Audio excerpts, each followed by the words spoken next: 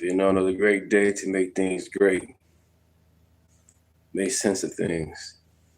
A day of forgiveness, a day of healing, a good day to always pray and always give God thanks. But, it's crazy how these low IQ people out here killing each other senselessly.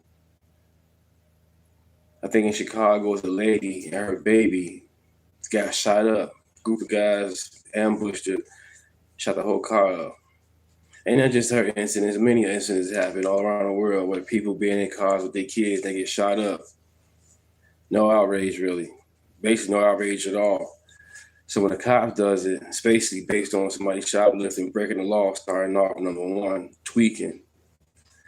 Now the cop does their job where they shoot, the baby get hit. And that's crazy. How the babies get shot, get caught up in the crossfires because the adults make stupid decisions. You're gonna make the stupid decision, leave the baby at home, That's crazy how this baby's dying left and right because their parents might do stupid stuff. They want to blame everybody else about it. Makes no sense. But other than that, let's get it.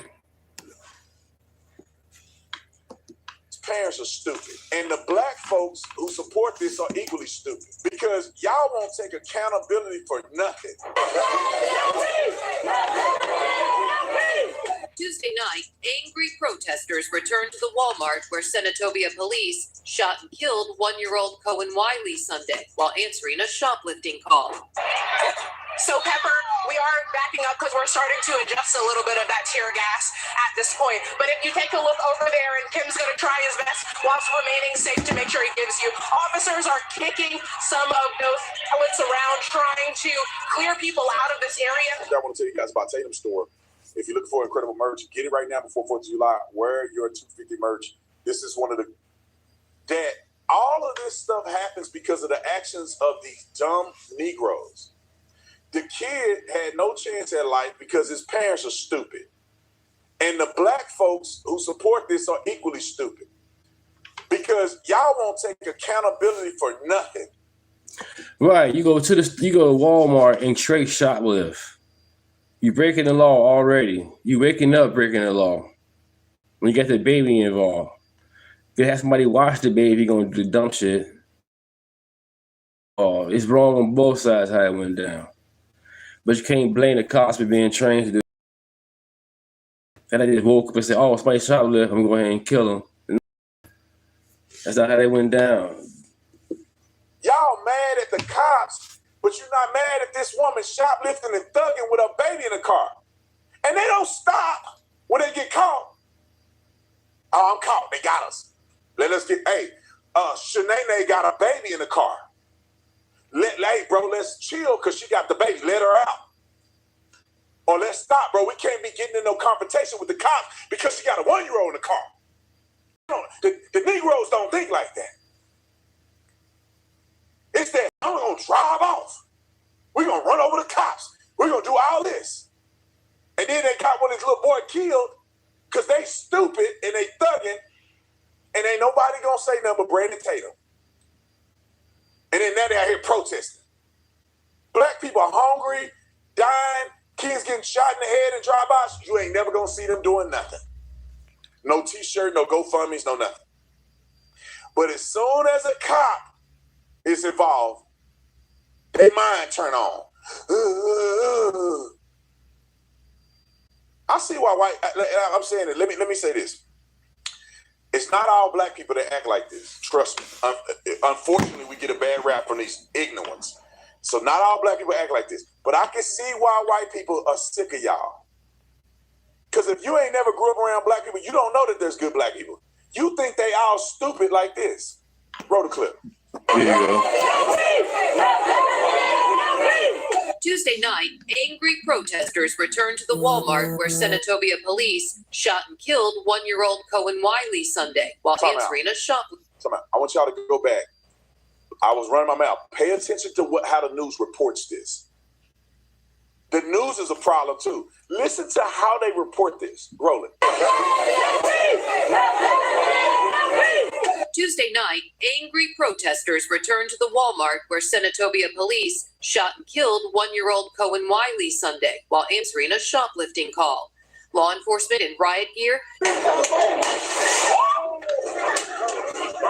used tear gas to disperse the crowd. A mile away at Senatobia City Hall, Kasoski Sanders drove from Memphis to join the call for justice. What, you gonna shoot up a car with a baby in it? Come on, man, that's ridiculous. That's what it calls for. See how that is? The hypocrisy? Guaranteed it was because of the color of their skin. Protester Aretha left. Let's bring it back. Listen to the black man that got some wisdom. We all ain't stupid like that. Let me explain what they missed on this. The cops just showed up to a shoplifting and shot a 1-year-old and killed him. That's not what happened. These people are here stealing. They jump in a car. This girl got a baby in the front seat. They drive off, trying to run over a police officer, is what is alleged. And it looked like the cop maybe fired one shot into the car, ended up killing this 1-year-old. Now, this is why cops shouldn't fire without knowing what they hit. So there's some accountability that need to be had on the police side. Right, just wait on the body cam. It's always a body cam now. This whole situation that never should have happened. Roll it. He's from Holly Springs. People need to just stand up. It's in this community today. It's in mine too, but it may be on my doorstep tomorrow. Wiley was in a car with his mother and her friend when he was fatally shot. Famed civil rights attorney Ben Crump now represents. Oh, yeah, Ben Crump involved. The kid was in a car with a mother and a friend. Ma'am, when you're reporting the news, you're not selling the fact that they tried to run over the cops? Are you not missing the fact that they were stealing and thugging and they tried to get away? The kid was just in the car with his friends, and they just cops just start shooting in the car. Crazy. That's how y'all reporting this. And then this nut, this is the biggest race hustler on planet Earth. The Negro won't show up unless there's money to be made. I'm not for sure yet. I don't know. I'm gonna look around and see. He's showing up man, if it ain't finna be a class action lawsuit, he not finna sue the police. He only show up when white cops kill black people. Benjamin Crump ain't gonna show up when your kid gets shot by another black person that's doing drive-by shootings in the community. What was he at for Carmelo? What was he at for Carmelo Anthony? This guy is on BS, man. Ben Crump is on BS. Straight ambulance chaser. He ain't showing up. He don't care. He not supporting. He don't want nothing to do with y'all until he got some money to be made. So I want to know, what is his cut from representing these families? Negro, how you at every shooting? You don't even live out there. You at this fool there before the family gets to the press conference. He can't. He got a police scanner on. Black people, getting the private jet. He gotta be flying private. He don't give a flying flip about y'all black people unless it's money to be made. That is my opinion. He don't care about you. Show me where he at your family thing. He ain't gonna be there because there ain't no money. Roll the clip. Presenting the family. Cohen Wiley was a baby, he said in a statement Tuesday. His mother, who has not been charged with any crime, says she was trying to communicate to officers that there was a baby in the car. They fired anyway, leading to... Good morning, everybody. Good morning. Happy Thursday, everybody. Y'all see this bullshit here, man? They have it outraged when the cops does something or when a white person does something against the blacks. But it's many shootings in Chicago where people have shot up cars, ladies with cars, women with cars, and everything, mothers, aunties, got the niece and nephews and their kids in the car, and they get shot up. Nobody don't say nothing. There's plenty of footages out there on Facebook that got these shootings going on. Well, a lady in a white car and she driving, she gets ambushed and they shoot the car up. No outrage, no nothing. And they woke up doing stupid stuff. They woke up doing stupid stuff. How y'all keep on making these criminals the victim? They went to go steal. They should never done that. And they gonna have a baby in the car. The baby shouldn't have been in the car. If you're gonna go through stupid shit, don't have no baby involved. No kids involved. Should never happen. You can't get mad at the cops for doing what their job is. Protect and serve. Y'all stealing, now y'all trying to drive off. And allegedly she supposed to have tried to hit the cop with the car. So other than that, you know, the body cam footage will come out soon. But if she did try to hit him with the car, hey, he doing his job. He's trained to shoot. Hate to say it that way. They trained to shoot. You trying to hit me with a car, I'm trained to shoot you. And unfortunately, the baby's in the car, which makes no sense. You know, the accountability of these parents. They just throw accountability straight out the window. They hear something negative. How did we get here? That's the thing about it. Go back to the beginning. How did we get here? They shoplift. All right, they shoplift. What they do after that? They try to drive off when they got confronted by the cops. Don't flee. You wrong. You wrong. You got caught. Accountability. Crazy. The death of an innocent 1-year-old. We intend to seek justice for baby Cohen and the life that was stolen from him. How you want justice for the baby? It's the parents' fault. They put the baby in harm's way when they did stupid shit. How was that justice? My hat looks stupid, but thanks for being in the chat. I appreciate that. Here we go again, chat in the morning. They say my hat looks stupid, but yet they in my chat. I appreciate it. I can get you one. What's your name? I'll get you a hat. It costs $45. Not a problem. I'm gonna stop cursing. You can leave my chat. Let's continue. It's called Deontay Red and Rays. But let's continue with this. From him. Make no mistake. First of all, hold on. Talk about his mom and them stole his life way before this happened. His life was not gonna never be nowhere. Well, at least the chances were very slim. His mama tried to tell him it's a baby in the car. In what circumstance was she saying? She was yelling through the window? I look at the window shattered. So that means that something hit the window and knocked the window. The window was rolled up. When was she telling the cops it was a baby in the car? Before or after them dumb Negroes got in the car stealing out of the stove? At what point did she say the baby? And where was the baby at when she was telling them? In the front seat. It's crazy how my hat triggers certain people's feelings. That's crazy. That's amazing. So you driving off with a baby in a front seat with no seatbelt, in a 1-year-old. No seatbelt. Ain't nobody think that's a problem. She was trying to say it was a baby in the car. Yeah, how was she saying it? She had him up like this. It's a baby in the car. You should have told the thug it was a baby in the car.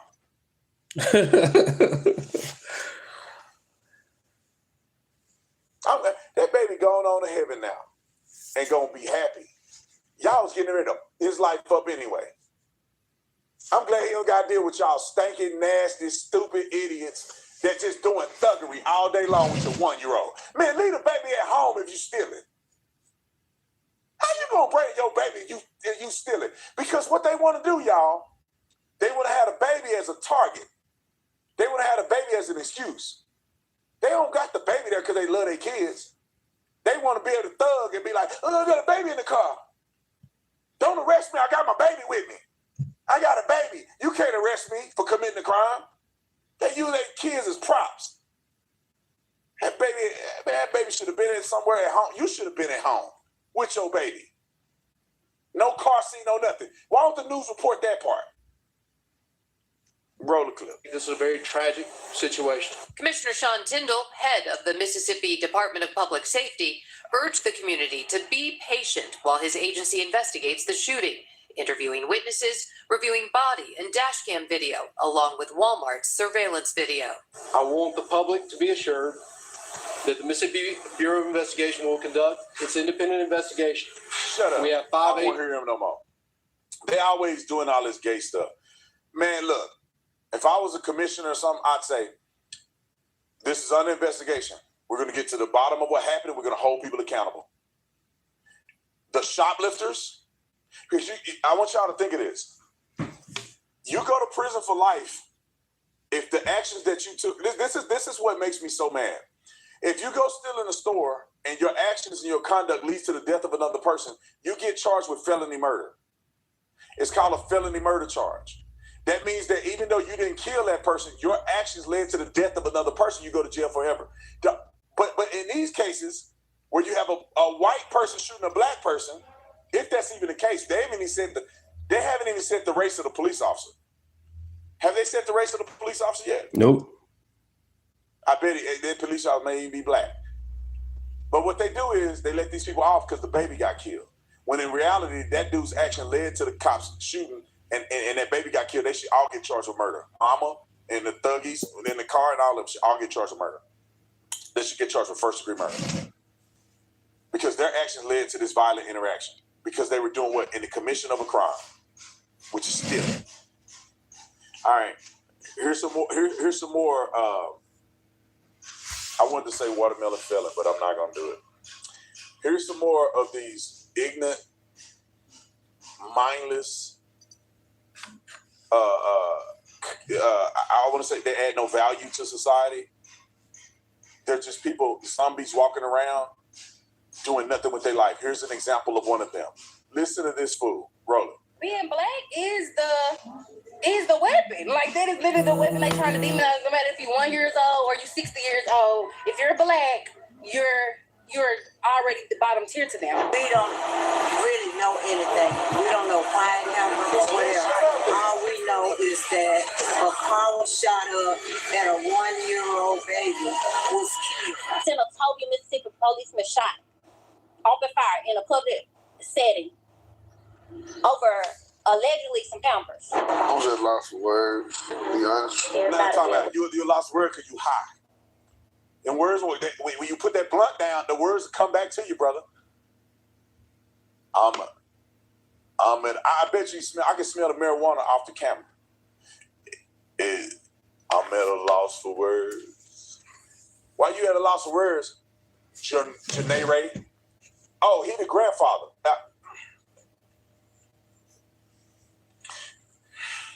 This boy had no chance. His grandfather, 25 years old. How you somebody? When you 25? I'm a loss for words. Where do your words got lost at? When your daughter got a baby in the front seat robbing over in the cop shop. Before she did this, she cutting up this whole time. And you lose your words then, but you lose your words now. If you lose your words before they do this, you ain't never got to lose your words and them get killed. I don't understand how this is not so cut and dry. You reap what you sow. If you out here doing crime, eventually something may happen to you. Finish it. Let 25-year-old grandpa finish. Someone needs to be held accountable for it. It's just not right. Not your daughter or the other two people in the car, just the cops. Here's a little bit of the protest, brother. Hold on, time out. They going to Walmart. For what? They shot in the parking lot. Why y'all gonna tear the place up? Because these people ain't got nothing to do with this. Y'all done stole from the store. The cops the one that shot him, and y'all gonna tear the building up. It doesn't make it make sense. Roll it.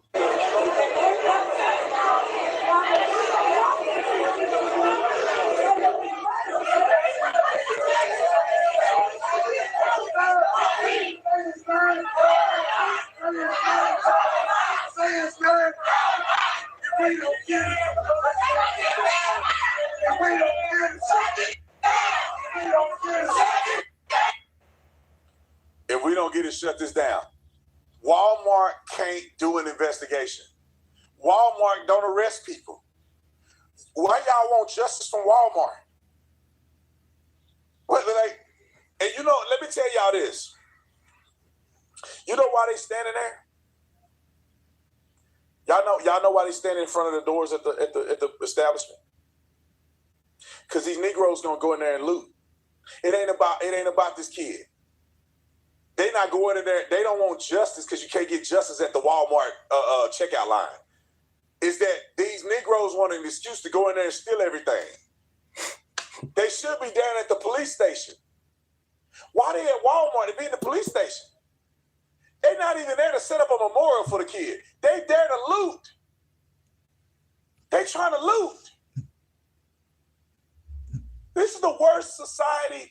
This is the worst culture I've ever seen in my life. And I'm not saying it's all black people, because all the black people I know smart. I'm saying it's these ones. Roll the clip. So, Pepper, we are backing up because we're starting to adjust a little bit of that tear gas at this point. But if you take a look over there, and Kim's going to try his best whilst remaining safe to make sure he gives you. Officers are kicking some of those pellets around, trying to clear people out of this area. You can see some of the gentlemen over there having masks on. Obviously, a lot of people, as you heard, were crowded around this Walmart, as you said on Sunday. That is where the shooting happened. And many of people were trying to make sure they were advocating for the Senatobia community, for the greater Mississippi community, and particular, they tell me, for black communities. Now, I apologize again. Yeah, we advocate for the black community so we can go loot. That's stupid. They trying to break in the building. Y'all see that? Taking free All right, shit. let's get to the next topic. I had to get that out of my chest. Boy, I'm sick of these black people, man. I'm sick of some of y'all. They don't even know the family. They don't even know the baby. Like he's saying, they want to go into Walmart and want to steal. Want to get something for free because of a tragedy. Because somebody's tragedy, they want to do stupid stuff. Just waiting on it for something stupid to happen. That's not how that works. That's not justice. That's not peace. That's not unity. If the cop's wrong, okay, get the cop's accountability. Hold the cop's accountability for it. But don't try to steal just because of that. Wow. Nigga fatigue is for real, man. It's strong. It's not black fatigue, it's nigga fatigue.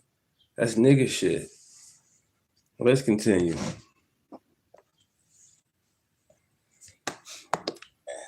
And nobody, white people can't say this, but I know they feel it too. I'm sick of y'all. Y'all tripping. Y'all make us all look bad, man. I want to go to the mall later. And I know these white people looking at me like, is he one of them?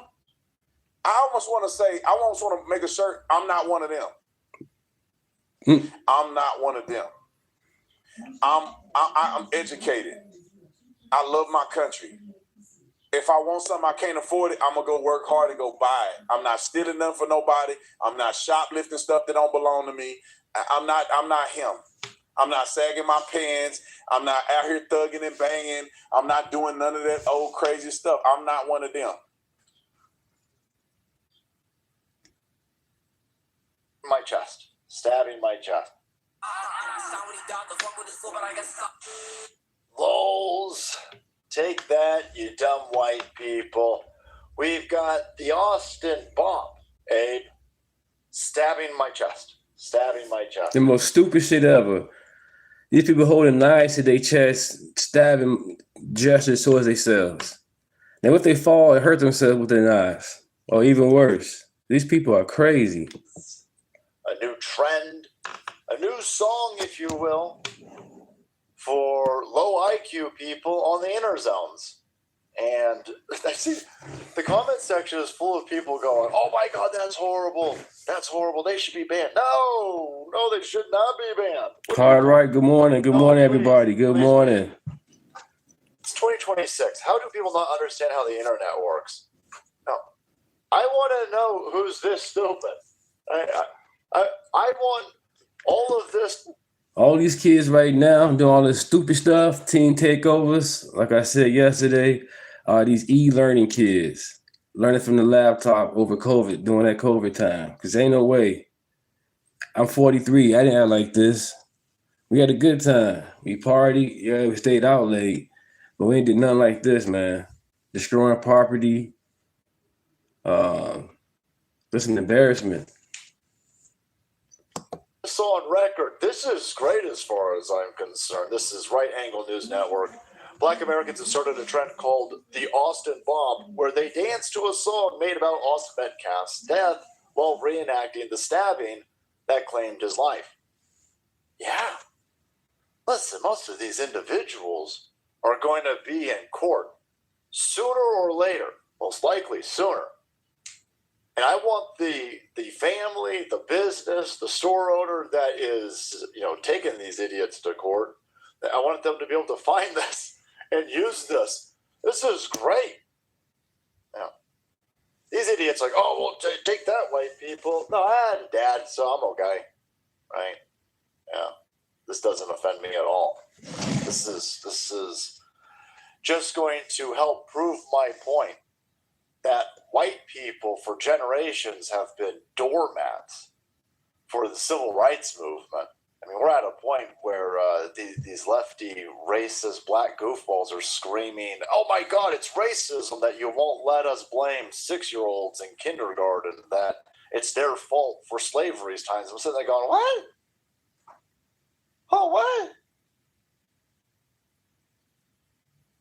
We need to get back to the 90s where everybody was racist. Everybody was making racial jokes, and things were a way lot better than they are right now. And the only way that you get there is you get white people to stop being so racially gullible. You're not responsible for 1619. You're not responsible for slavery.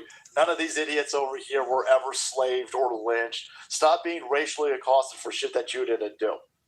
And the only way that we're going to get that is that we show people, like, this is what they think of you. By the way, this is, there you go. Yeah. They think it's funny. They think that if somebody tells a strong, empowered black teen youth to do anything, well, that teen doesn't have to do anything because of. This is Salty Cracker. He be coming with it too, man. He be hilarious, man. He live in California, so he live in the blue state and city. So he be going through it too down there. Wakandan power, right? And should somebody touch you, well, then you're allowed to stab them to death.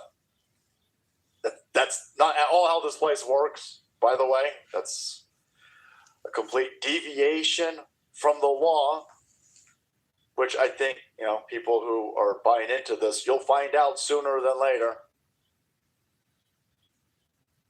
But this is why there's disproportionate policing. This is why there's disproportionate populations in prison. It's not because of 1619. It's not because of slavery. It's not white people's fault. There's a mentality out there. And it's on display for you to see all across social media right now. All across social media. We don't have to follow the law. We don't have to follow those different rules for us, 1619. And then again, you got dumb, stupid, gullible, old white libtards who fell for this. And they paved the path for this type of mentality. That's, by the way, going to lead to real bad outcomes for black people. Yeah. But okay, yeah. No, we're going to trigger you. Yeah, no, I'm fine. I don't give a shit. Again, this is proving my point as far as I'm concerned. And so, if you want to go out there and in all of the ways. Well, number one, a cop shot the baby because I guess the mother was trying to show the baby was in the car, but by that time it was too late. You know what I'm saying? It was too late when that happened. I don't know the whole story yet, but wait till the body cam comes out. That way we'll know everything. Because right now, everybody talking about they know something, they don't know nothing. I ain't seen no body cam yet. So I can't really say anything really too much, but a little bit. But that's crazy though. You can't just go steal and then all of a sudden I got a baby in the car. That shit's stupid as hell. Nobody thought about that until the last minute when consequences started hit the fan, when accountability hit the fan. Oh, I got a baby now. Really? Come on, adults. All of a sudden you steal, now you're the victim. We get that you poor. Being poor doesn't make you a victim either. How about that? How about that? Being poor doesn't make you a victim at all. And that's the problem when this government and EBT snaps and Section 8 people. They think they the victim. No, you're not. Nobody's a victim. If it does happen, there's ways to get out of it. God's in control. But other than that, that was done. They woke up, do dumb shit. There was no way you put that baby in the car like that. Y'all had whole entire time to go plan to go steal with the baby in the car the whole entire time. The baby crying, pretty sure he probably wants some water, some milk, some snacks. And y'all still thinking, we're going to take this, we're going to go ahead and steal, we're going to go ahead and rob, we're going to go ahead and get in the car and just go in this drive off like that. No, that's crazy. Y'all had all that time thinking about there's a baby in the car. Nobody thought about that until the last minute. That's stupid as hell. That's crazy. Man. How y'all explain this situation then? Look at these teens doing what they doing. The Austin bot BS. Prove my point for me. Thank you. Thank you. But yeah, no, I don't want any of these people. I don't want any of this band. I don't want them taken off of Spotify. No.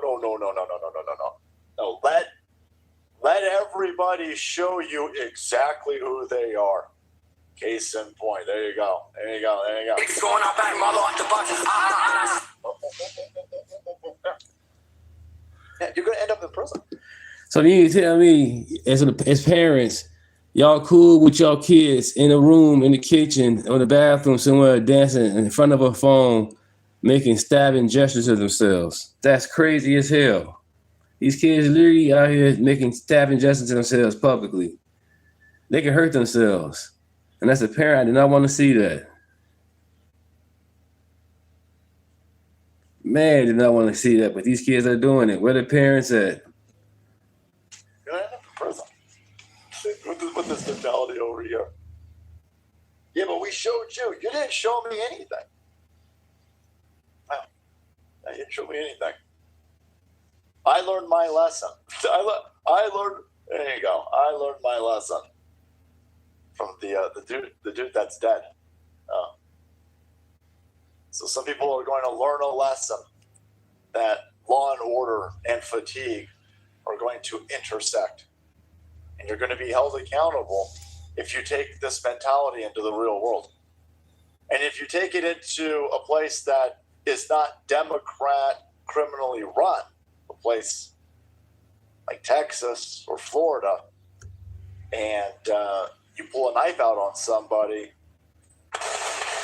you're going to learn a lesson. You're going to learn a lesson, and then you're going to learn another lesson in proportionality. See, if somebody pushes your shoulder, you're not allowed to stab them. But if some lunatic revved up on TikTok propaganda pulls a knife out on me, I am allowed to shoot him. That's how that works. Lessons will be dispensed in a timely fashion. But there you have Black Americans doing a new trend called the Austin Bump, lads. The Austin Bump. All right. Let everybody show you. That shit crazy.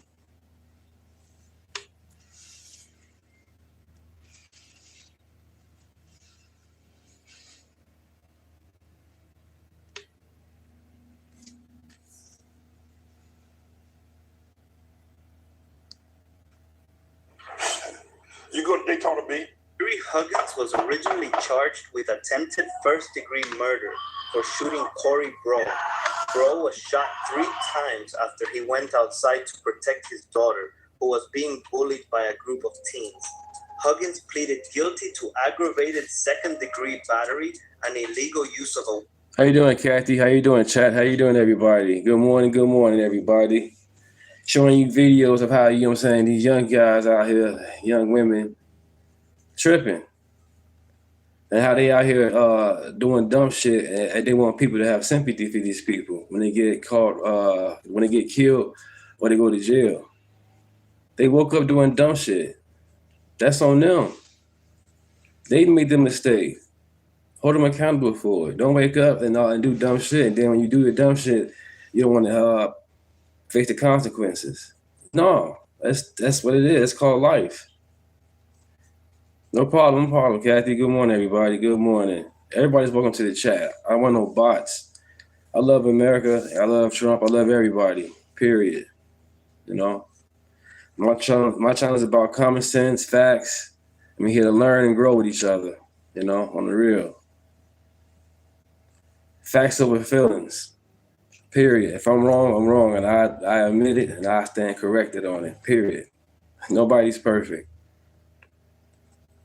Like, share, and subscribe, everybody. Like, share, and subscribe. We are growing. We're growing every day. Love you guys. Appreciate you guys. Subscribe, and share. The niggers think they're going to win a race war, and I think that's really hilarious because they don't realize how outnumbered they are when it comes to that type of stuff. Everybody is sick of black people. Everybody is sick of black people. Who's going to go fight for y'all in race war? Because it's not going to be black people like me. It's not going to be white people. It's not going to be the Mexicans, because they're tired too. Everybody's tired. The Asians are tired. How can every race hate y'all, but y'all aren't the problem? It's okay to say that it's that are the problem. A lot of people are so afraid to say that it's the niggers that are the problem. Stupidity is just going to keep spreading even to the little nigglets that they have. They're spreading their stupidity through generations of years. They're teaching them that white is evil. It's really sad how they have to convince themselves that black people are this and that, but what have y'all accomplished that is so this and that where y'all have to act like that? Peanut butter? Like, look at Africa. It's still a hole because there's no white man there. Y'all are only successful here and in Africa because of the white man. I wouldn't be surprised if they won the race war, because what the do y'all have to offer? I'm gonna give y'all my opinion on this young lady right after this. She need a hug, man. She need a hug. You can't manage it. You can't trust me. I've been working with her for 45 years. Just ain't gonna do the right thing. You got an attitude about everything. Pastor, man, he ain't for the black man. He against the black man. Then you got rap music. Damn. And it gets worse. Our youth today, you go to Daytona Beach, I was y'all seen some of the videos. They even going to Ruth Chris restaurant now. They're like a bunch of monkeys. I swear before God. Black Gen Zers, the one between 15 and 30, they're like monkeys. They're like marauding monkeys. Turn loose on shopping malls, restaurants, running amok, knocking over things, fighting and shooting and killing, half naked. They're like monkeys. Send their asses back to the jungle. Special partnership alert. We just now linked up with XXDrinks.com, which you can take advantage of and get 10% off. My significant other are going to be extremely the monkeys, the niggas running around wreaking havoc. We might have started out that way. I'm just keeping it above. Most people that I know, we started out that way. That's how we started out, because that's the area we grew up in. We grew up in bad areas, and we learned how to survive, so to speak, while at the same time becoming slick in our own ways. You know what I mean? Some things we like to do, and some things we didn't like to do. Me, anything having to do with drugs or even guns, I was away from them. I ain't doing it. Everything else, robbing people, stealing cars, all that other stuff, fighting a lot, even if the person is right. That's all it's doing is about control. As far as when it comes to Democrats and these lefties, it's all about control. There was no peace. There was no unity. It's all about control. They want you to stay poor. That's why I believe in less government. Period. Less government. That means less control for the elites and more power back to us, the people. I believe in we the people. That's why I like the Constitution. I believe in the Constitution just as much as I believe in the Bible. There's a great foundation, both of them. It's just we the people got to follow the instructions the right way. It's we the people have to follow the instructions the right way when it comes to the Bible and the Constitution, period. It's innocent, didn't do anything. And these laws. They just starting it. I used to like to do stuff like that. But the guns and the drugs, I say, y'all can go ahead and take this. A lot of my friends went that way. Y'all can have that. But thanks to the Lord, He put me in a position to meet someone who was on the same path and trajectory as me. Just so happened to be my wife when we was in the 10th grade. And we're still together after 33 years. I'm about to celebrate our 29th wedding anniversary, 28th wedding anniversary. And, I'm just, so what I'm basically saying is the monkeys and the niggas and the worst of them and the ones that's out there flapping their gums filled with hate. That's not everybody. But I do want y'all to know this. This country made up a huge lie. I don't know who did, but they made up a huge lie about the whole slave trade thing. I'm saying that 12 million slaves were brought over here from Africa. You guys can't find any proof on that. Nowhere. It won't even come close to 1 million. It won't even come close to 500,000. And they're talking about 12 million. So I'm not even buying into all of the history of this country, of the things, of the information that we had. So I put my faith in the Lord. And even that is considered to be a made-up story by a lot of people who choose other religions or just choose to look at us as Christians as being stupid. But that's just me. Hebrews 11:1. I live by biblical principles. I'm far from perfect. I'm a sinner. I say it all the daggone time. I'm a cursing Christian. I smoke my weed. I occasionally drink liquor. I am not perfect, close to it at all. But I try my best. I try my best just to help people out, be a good person, create opportunities for others, show other people how to get to things that they're trying to get to if I have that ability. You know what I mean? Just trying to, like, it's all of us, we have a resume filled with positive things about us because we know us more than anybody else know us, right? But at the end of the day, most of us are selfish assholes. We only care about those people who are connected to our bloodline for the most part. And then Right, non-born people coming in and going against the Constitution based on their beliefs from other countries. Don't bring other countries' belief into our Constitution of America. That makes no sense. Come on, man. Ian Omar and other goofies. No, it should not be in Congress and government at all. It extends beyond that. It extends beyond that. So when you look at things like the Carmelo Anthony situation where he stabbed and killed Austin Metcalf, and now Jeff Metcalf, his father, is going off, letting them know what's really going on and how he feel, and he pretty much sound like this Pastor Manning, and he sound like this young lady as well. And I'm gonna give y'all her name in a minute. I need to find her name. I just now looked at it. I actually DM'd her and let her know that, man, I want to interview her. She is on point. Her name is right. Nowhere in the government wokeness. Valentina. Well, at least that's what it say. Rel Valentina or Rye. Is that two eyes or two? No, that's two eyes. Rye Valentina. I don't know if that's Ray Valentina. Maybe, I don't know. But at any event. So not everybody are these negative assholes that's trying to destroy this country and this nation. Not everybody is out here screaming racism, America is so bad, I hate this country, I want to go somewhere else. Not everybody have children out there ripping off people and trying to bust people upside the head for no reason, robbing them and killing other people and just start sugar honey iced tea everywhere they go. Not everybody have children that's going inside of stores and just stealing just for the F of it, knowing that they have a mother and father at home with good careers. They have money in there. Right. What happened to the value of your family name? What happened to having the value of your family name? Like, man, I ain't gonna go out there, man. My good name, man. I ain't gonna mess my name up like that. My dad, you know, my mom, or my grandpa, you know. What happened to that? Nobody respect their name no more. Or family, period. Family values. Nobody respect family values no more. That's crazy. Their own pockets, but they're just simply doing it because that's their friends are doing it.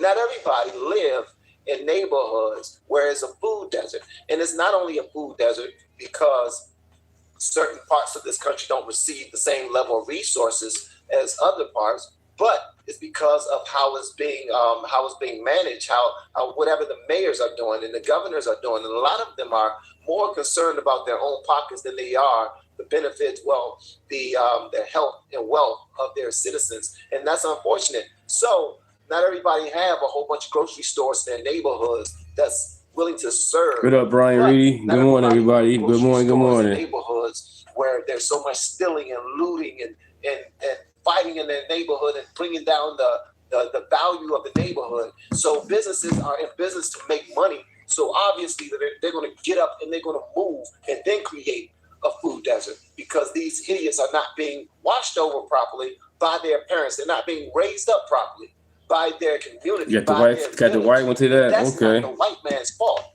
That's why I post this type of content. It's not because I'm a KOON. It's not because I done sold out my daggone my race and I'm in the house talking about massa is weed sick, massa is weed sick, massa. How many booster shots to get, Master? How many boosters? House slaves, as you guys define it, as anything possible, because you guys adhere to any rules they put in front of you, knowing the damnation of it.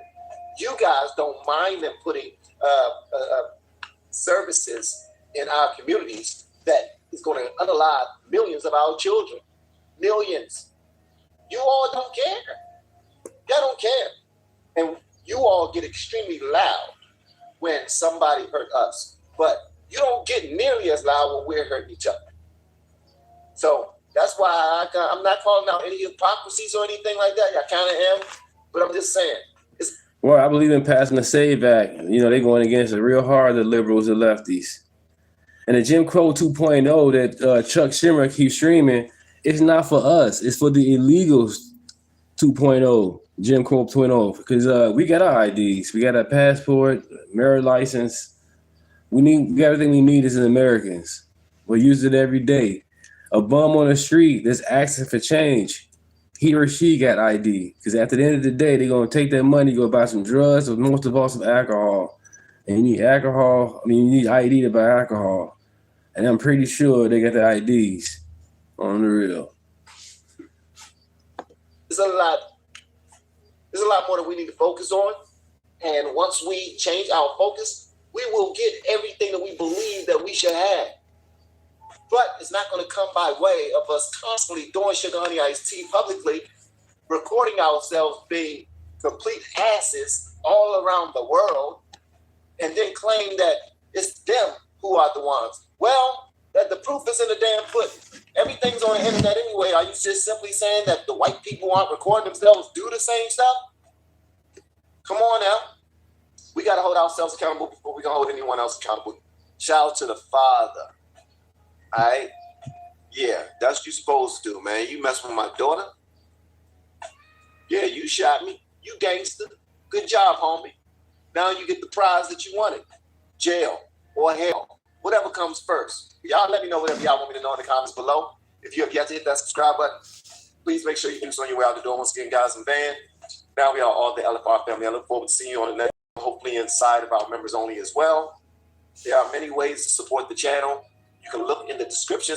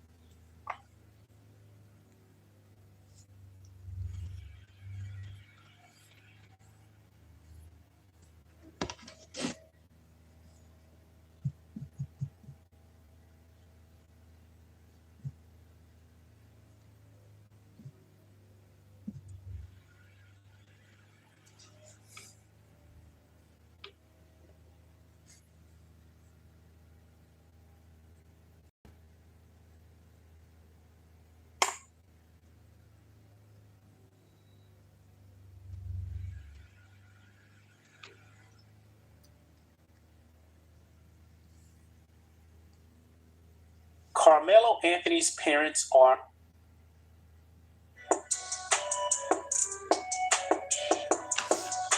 well, guys, I want everyone to be prepared for what you're about to hear when it comes to Carmelo Anthony. Now, guys, I was wondering, why in the world did Charleston White flip when he initially was supporting the Metcalf family?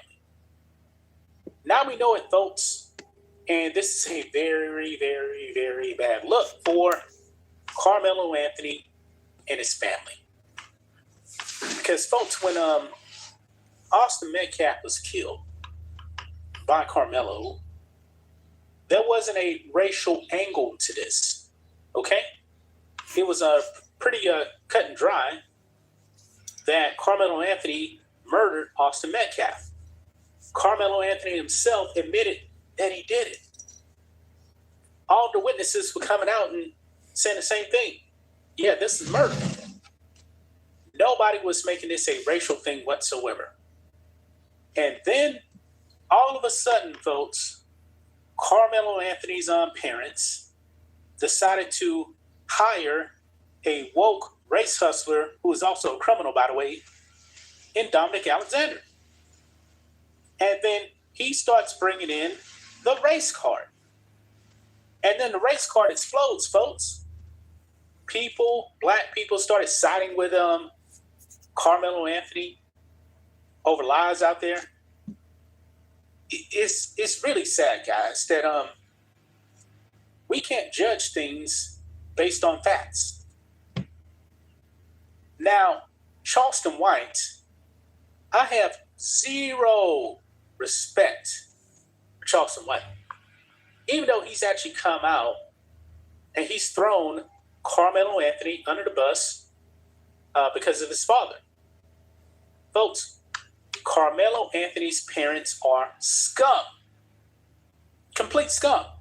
Remember, they were not there for the sentencing of their son. They walked out. That family made hundreds of thousands of dollars on their son's name because idiots donated to them like fools. And then we found out, allegedly, that they only paid Mike Howard $75,000 to actually defend Carmelo Anthony. And the rest of the money, gone. Carmelo Anthony wants to appeal, but he wants a public defender because he's broke. His family blew all that money. Now, folks, Charleston White, man, he is dropping a bombshell right here. And really, it makes Charleston White look like a prostitute, man. He sold himself out for money. And he's going to admit it here in this video clip. He was paid to support Carmelo Anthony. He is admitting it, folks. And he knew all along, man, that Carmelo Anthony was guilty. So, let's go ahead and dive into it, guys. Here we go. So, right over here, check this out. Charleston White just exposed everything. They paid him off. Many, including myself, this is from Senator Shogun, has speculated for months that Carmelo Anthony's parents had hired Charleston White to be their attack dog while they were under a gag order, using him to attack people who are covering the Austin Metcalf case. Now Charleston White has confirmed that our speculations were correct all along. Yes, he was the mouth for Carmelo Anthony because he got paid. He sold his soul out to the murderer's parents. Listen in. Initially, I went with the Metcalf family. And I'm going to tell white people, this is not for y'all. I'm going to get back to white people in there. This is for black people and niggas. When Carmelo and Austin Metcalf situation happened, black people ignored it. Because at first they thought it was black on black. So black people ignored it. They didn't have no say-so about it. You know how I know? Because I was online for at least 2 or 3 days, almost a week, arguing with black people because I said, fuck Lil Ronnie and the baby Chin, the rapper that got killed with his baby. This happened around the same time. So when the mother put the GoFundMe on me for the rapper Lil Ronnie, I think the Metcalf family or Carmelo family had posted one. So I'm telling black people, y'all don't give a what I say about kids. Because if y'all really care about kids, y'all will be saying something about the kid that got killed out there at the track meet. Black people ignored that. When black people found out that it was a white kid, that a black kid gives a white kid, they immediately started giving to the GoFundMe. So at the time, I was doing a stream with Aiden Ross, and I was telling Aiden about it. And so Aiden donated $10,000 to the Metcalf family. And shout out to Aiden for doing that. I was under the impression at the time that Carmelo had brought a knife to school. So in my mind, if you bring a knife to school, and I don't give a damn if you're being bullied, I don't give who you're afraid of at school, you need to tell somebody. I don't give a fuck. You walk by too many adults throughout the day going to school, you should tell somebody. So in my mind, this is first degree premeditated murder by a kid on another kid. This kid should get the max. I believe it was first degree murder. Had he took a knife to school because he was bullied, right? So say a few days later, maybe a week later, I get a call from a friend and says that the dad wants to book me. The dad wants to pay me $3,000. I think it was $3,000 or $4,000. The dad wants to pay me $3,000 or $4,000 to meet with me. Who dad? Carmelo's dad. Okay. Well, I'm a businessman. He could be booking me for a killing.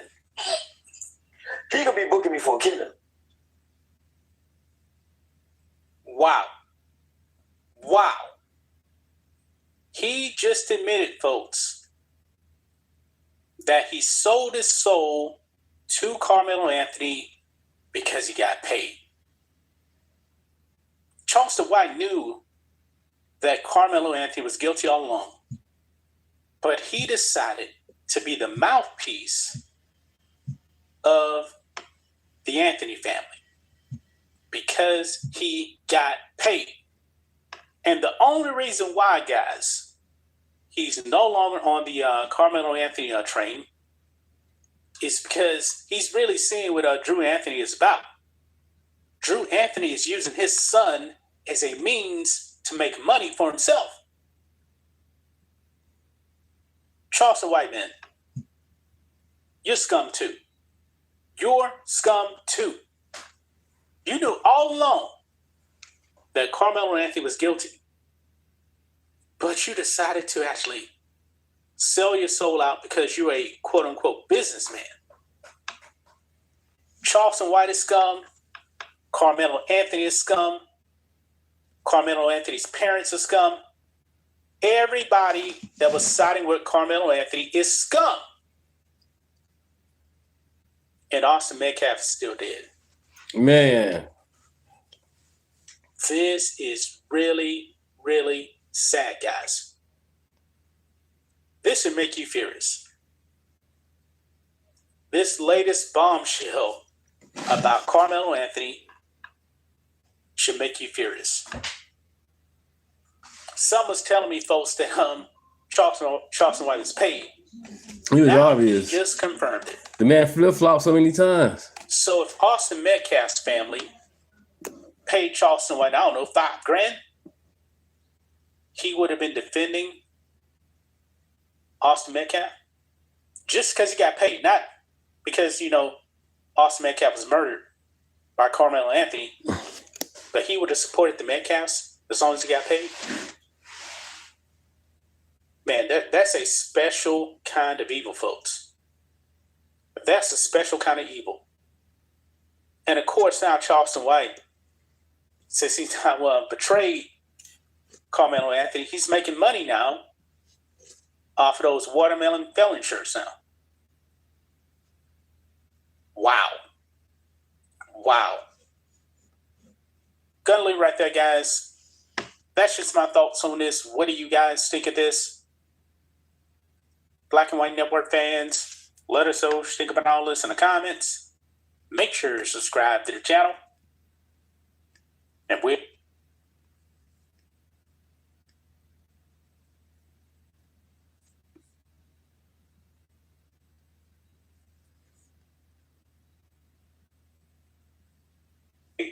slaves at that, so he niggas going out back, my lord, the butt. I sound when he died, the fuck with his foot, but I got side.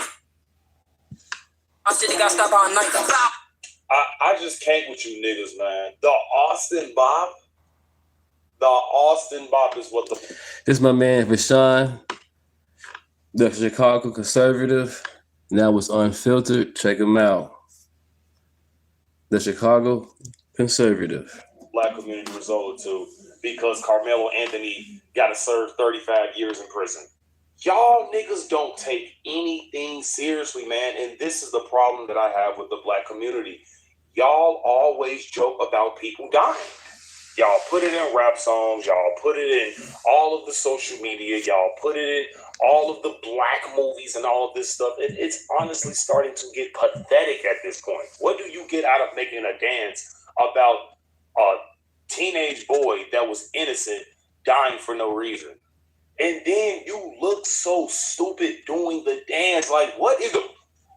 Like, you so... That's why I'm like, guys, the theatrical bullshit in the black community must be studied, man. This has to be one of the dumbest. I don't know if this is a TikTok challenge or whatever the fuck it is, but this got to be one of the dumbest things that the black community could have ever. I ain't even gonna call them the black community. We're just gonna call them the nigga community at this point. Always promoting crime, always promoting violence, and then y'all always try to blame every single other race, even the Uncle Toms like myself, because you guys always know they're gonna call me an Uncle Tom, who actually died not telling on 2 runaway slaves, by the way. So if you guys actually read, but you know niggas don't read, if you read Uncle Tom's Cabin, you'll know that Uncle Tom died not telling on 2 runaway women slaves at that. So he wasn't a snitch and he wasn't a misogynist.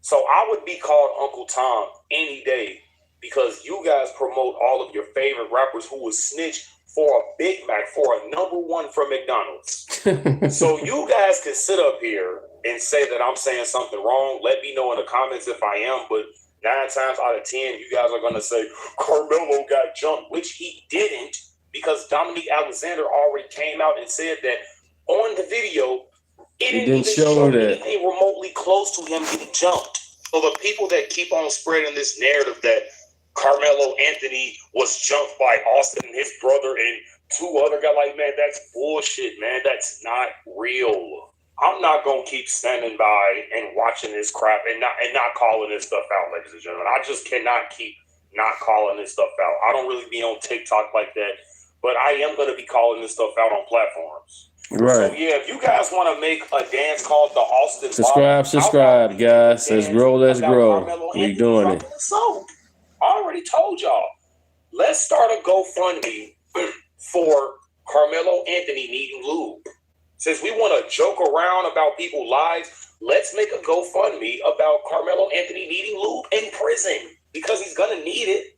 Y'all already know how Texas is. You got a purty mouth, boy. You got a purty. You that Carmelo fella from the news? Yeah, we got something special for you, boy.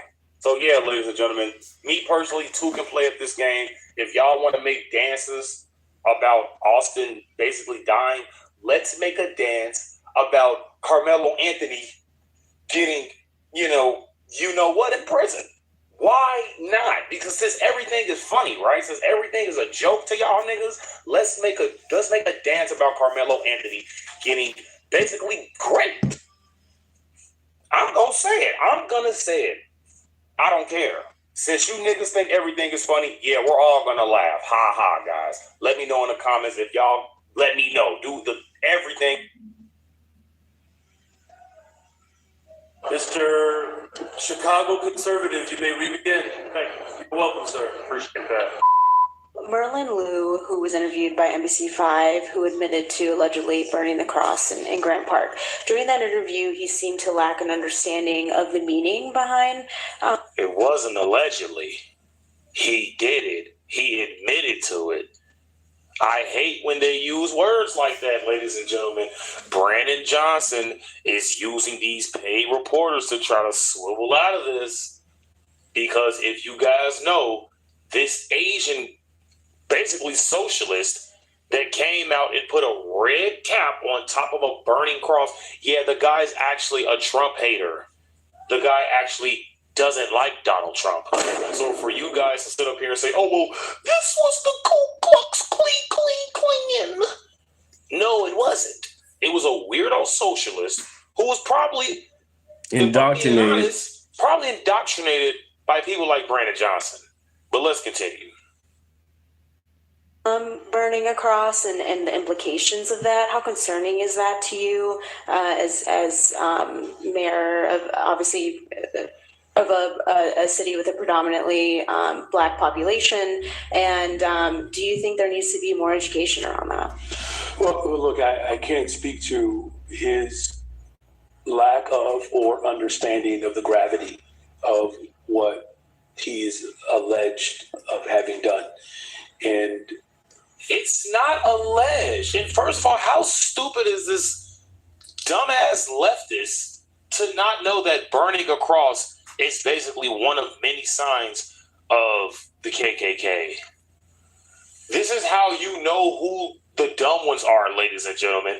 How the hell do they not? First of all, the people who are so-called, we love black people, we're not racist. How the hell do you guys not even do the research and due diligence to even see what's actually offensive to black people? That don't even make sense. The ones that you guys, okay, for example, right, you got those, okay, I'm just going to use white, for example. I'm not going to say this happened all the time, but you got white people saying, oh, can I touch your hair? It looks so cool. It's like, okay, you don't want to say, I'm not used to touching hair like yours. And I'm not even necessarily going to say that's racist. A lot of people will think that's racist, but like I said, ladies and gentlemen, these people don't even know what's offensive anymore because everything offends them. Even your own side, you guys don't even know what to do. But let's just continue this out. Again, it's a painful reminder of how hatred towards Black Americans still permeates, in our society. Merlin Liu, who was How the hell does that what does that have to do with black people? What does that have to do with black communities? What the hell does an Asian socialist burning across with basically a MAGA hat, but it was a red hat? What the hell does this have to do with black communities? What does this have to do with you losing the Bears? What does this have to do with crime running rapid in Chicago? Teen takeover, blacks killing each other, shooting each other every single day. Oh, but I'm the Uncle Tom. And this just goes to show you that I'm not even just going to make this political. I'm just going to tell you that the other side do not know anything when it comes to history, when it comes to politics, even when it comes to literally, ladies and gentlemen, common sense. They have no idea whatsoever. Because even in the comment section, you got them calling me Uncle Tom, this, that, and the third. But if you guys do your research, you would know that Uncle Tom died not telling on 2 runaway women slaves. So he basically, and this is just in the story, but my thing is this: the black community always praise rappers and athletes and all of these other people who do a lot of crazy stuff, ladies and gentlemen, and promote a lot of dangerous things, by the way, like the Austin Bop. Basically, they had like a knife and they're like stabbing themselves or something like that, and it's fucking dumb. And that's what black people prioritize. How about you prioritize reading, nigga, instead of a dance? But anyways, let's just look at this Asian kid, okay? I'm not trying to be racist when I say that, but that's just the only description that I have. But basically, this is the young man who they are saying allegedly did it.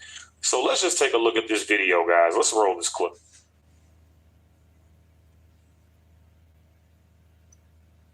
I don't want to wait until he may or may not get impeached. I want him gone right now. On that video, are you threatening him? No. I think he should be brought to an end. I said he deserves to stand trial to the American people. Some paraphrase, I guess. But I think you used the word end. That's what I mean by it. I mean, first of all, this dude is a clear nut job. And second of all, shouldn't you be happy as an Asian that, Trump is letting in like millions of Asians to basically go to Ivy League schools? Shouldn't you be happy about that, you jerk? But I forgot he's dumb and he doesn't know anything. You see what I'm saying? And you don't even know that burning a cross is actually racist, buddy. But let's continue. By end, I don't mean like a civil war. If that is the imagery that you're trying to imagine. Liu says he built this cross after carrying wooden slats from his near West Side apartment to Grant Park last Tuesday afternoon. He showed the red ball cap that he put on the top beam and used lighter fluid and toilet paper to get it all going. I put a red hat to signify the MAGA hat. I put a red hat to signify the MAGA. So it's like, why do we keep using the word alleged? So can we stop using allegedly? He did it. He's actually admitting to this. I don't know if this guy's in jail or not, but let's continue. The Make America Great Again hat. So that's what I tied on top. So that's not visible in the one video that was taken by a motorist. Lou says he was protesting what he calls MAGA Christian nationalist supporters and the Trump administration ruling class. You're just scamming people. We're just scamming out of money, right? And I think that's a great reflection of how this country works right now. What is he even talking about? The only one that's scamming in Chicago, you dumbass, is Brandon Johnson and J.B. Pritzker. What do you mean? How is Trump scamming you, good sir?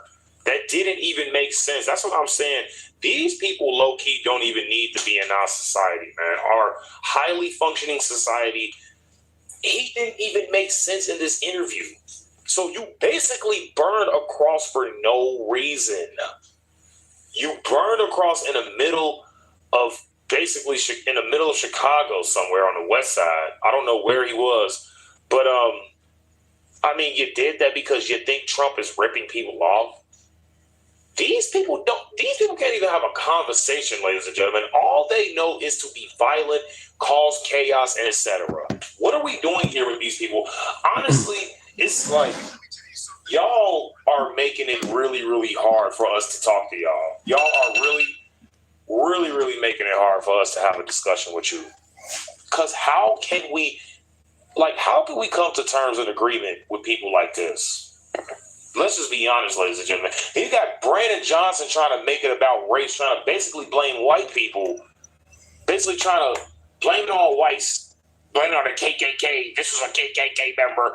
Yeah, this is how you know blacks are still suffering. You're like, bro, psyop. Bro, that's what I'm like, please guys, wake up. Because that didn't even make sense. You guys are seeing clear as day who actually done this.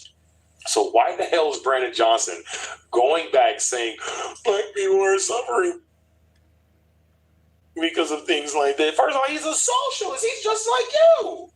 You guys are besties. So what are you talking about?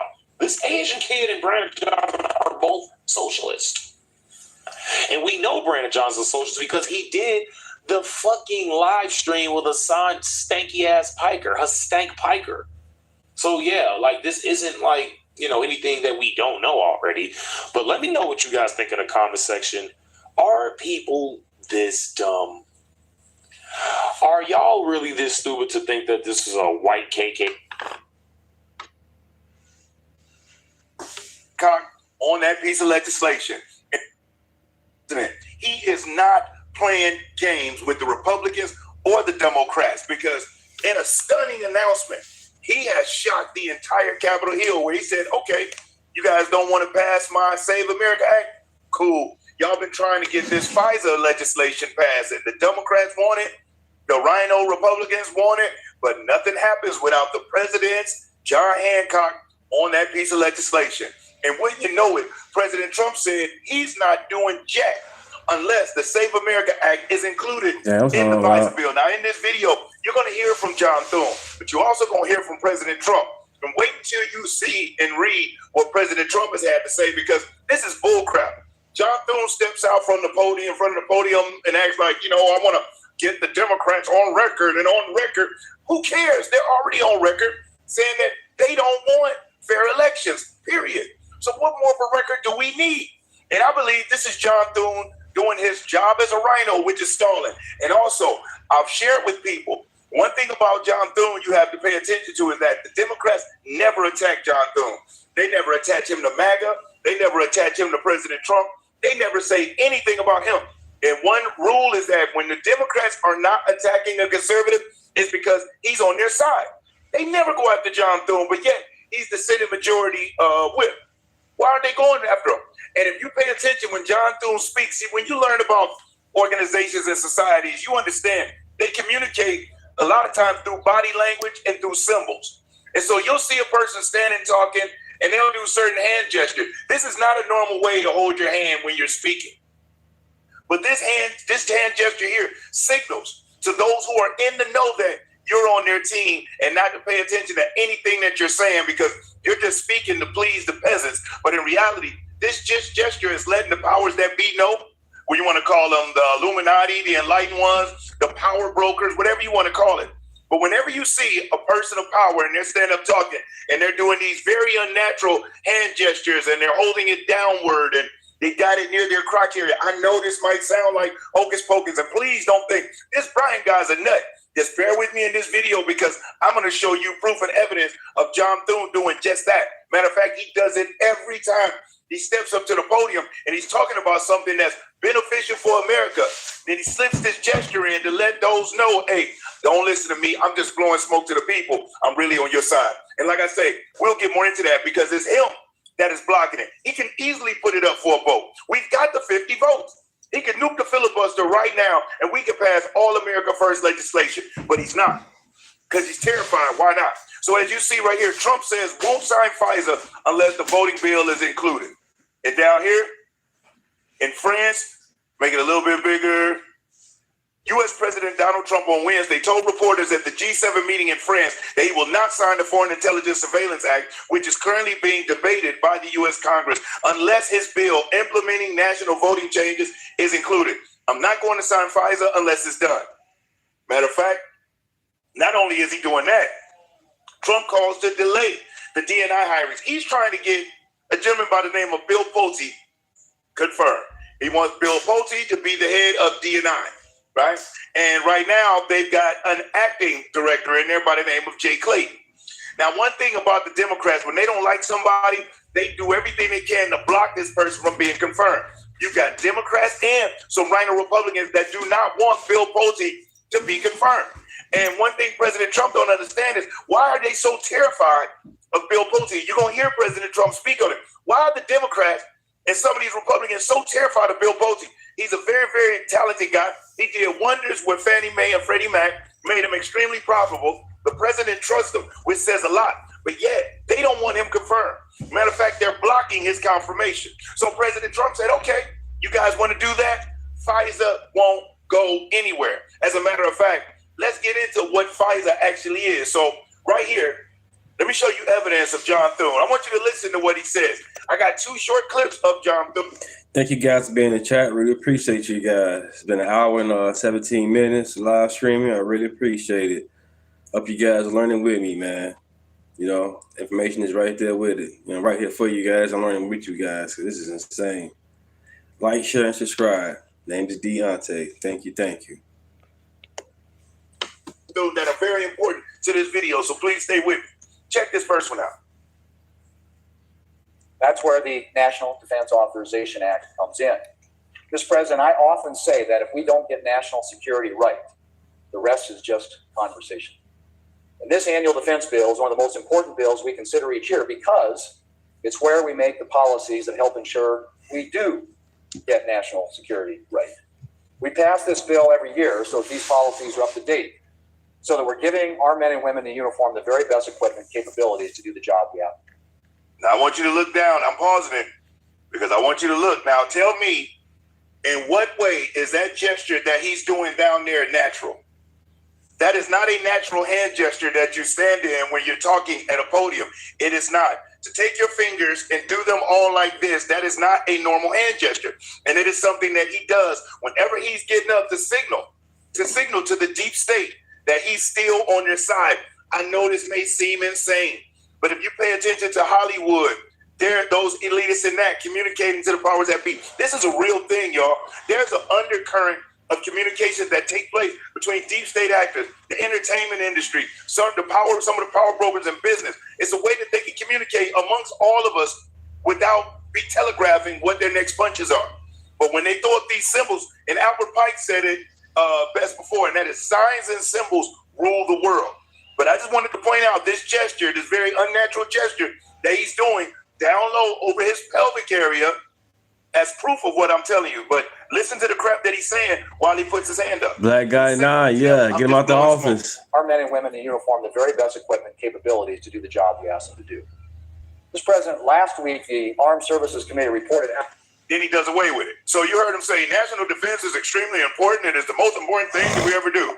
But yet, election security, how do we talk about national defense without national security. And do me a solid, hit that like button. And if you aren't subscribed to the channel, subscribe. And once you do, make sure you hit the notification bell and select all, so you'll be notified whenever I upload new videos. And if you're new here, you want to wait till the end, that's totally fine. Subscribe. If you want to hit the, after you hit the like button, you want to swipe left, hit the hype button because it assigns us points. That'll be very much appreciated. Thank you so much for watching, period.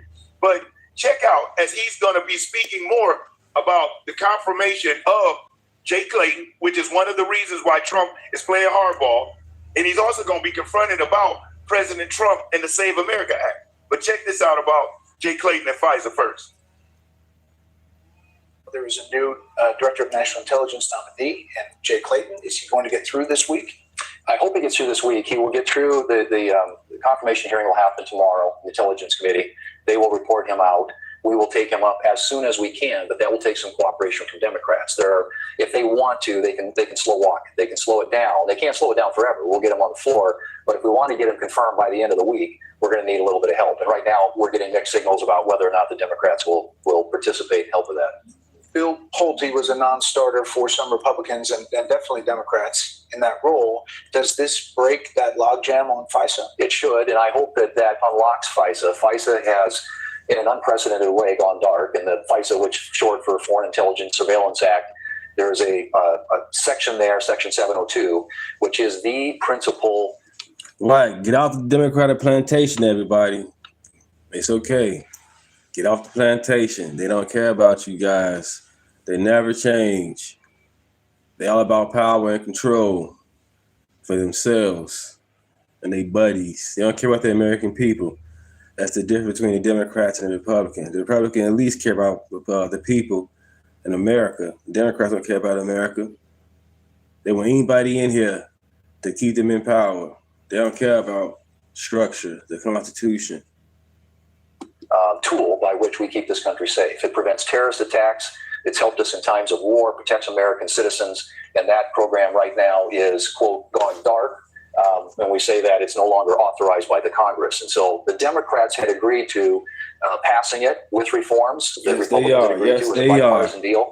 And then when Pulte was nominated, they completely block voted against even getting on the bill. So right now, my view, they own this. That was an irresponsible thing to do on a program that's critical for America's national security.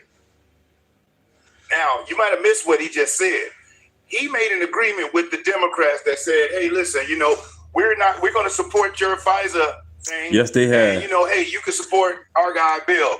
And guess what happened? The Democrats tricked him again.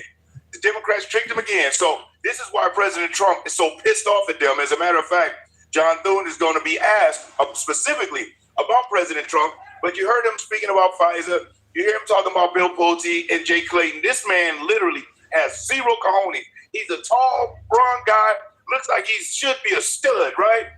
He seems like a weakling, like Chuck Schumer just walks all over him. But check this out.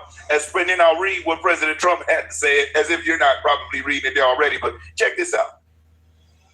On conversations with him, how does this go over? Because the way he types it in his True Social post is pretty aggressive. He thinks he should be doing more. And he's passionate about it, and we are doing everything that we can, but it is a function of math. I mean, we are bound by arithmetic in the United States Senate.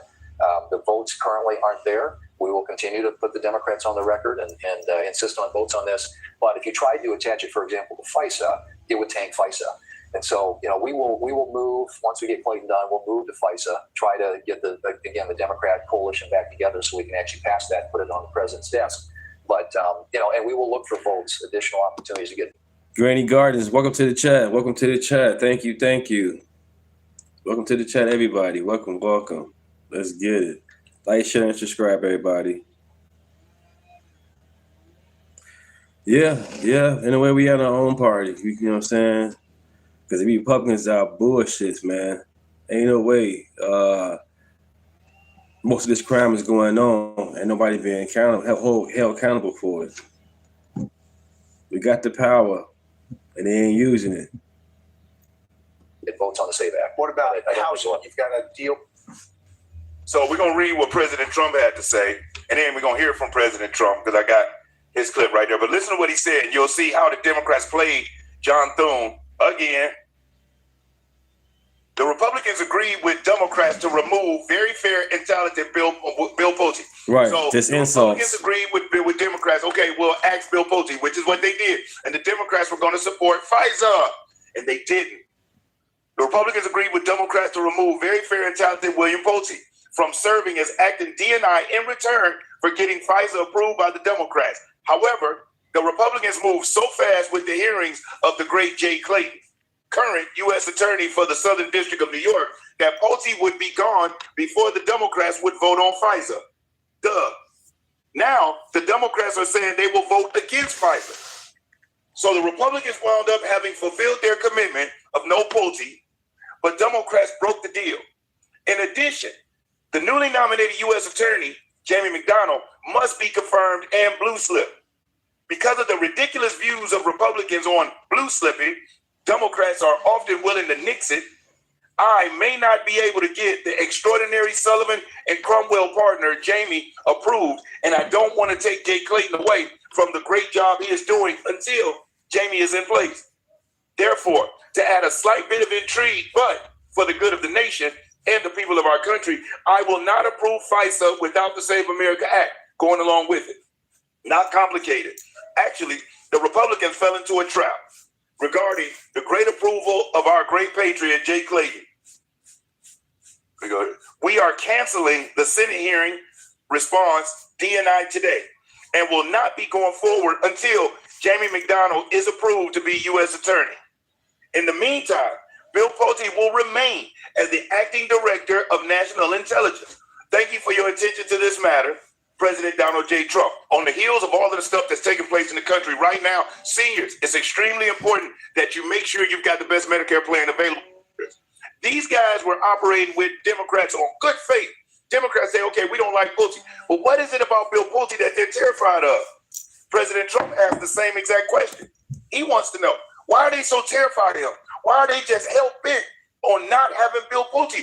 He doesn't have a jacked-up record. He's not known as a shady guy. But why are they so afraid of him getting to that spot? Could it be they know that he knows something? Does he know where the bodies are buried? Or is it the fact that he's an attack dog and they know when he get his hands on certain information, he's coming after them with reckless abandon? And realize this too, the tide is turning. Patriotism is on the rise. Americans are more patriotic, especially on the Republican side. I just saw a poll where it says 90% of Republicans are proud to be an American. Do you know that only 29% of Democrats were proud to be American? That's less than a third, which is what explains why they act so deranged, and which is also a reason why we can never let the country go back into the hands of people who don't even love it. They want to destroy it. But listen to President Trump and what he has to say about the Save America Act and the Republicans. Expect Bill Pulte to be acting DNI. Well, as long as it takes to get everybody else approved. I mean, they were doing a rush act, and we didn't get anything for it. Look, he's a very legitimate guy. He's very smart. He's a brilliant guy. Look at the job he did at Fannie Mae, Freddie Mac. I mean, it's worth probably $1 trillion right now. So we put him there, but all of a sudden it was like a rush act by the Democrats, and they said they were going to approve FISA.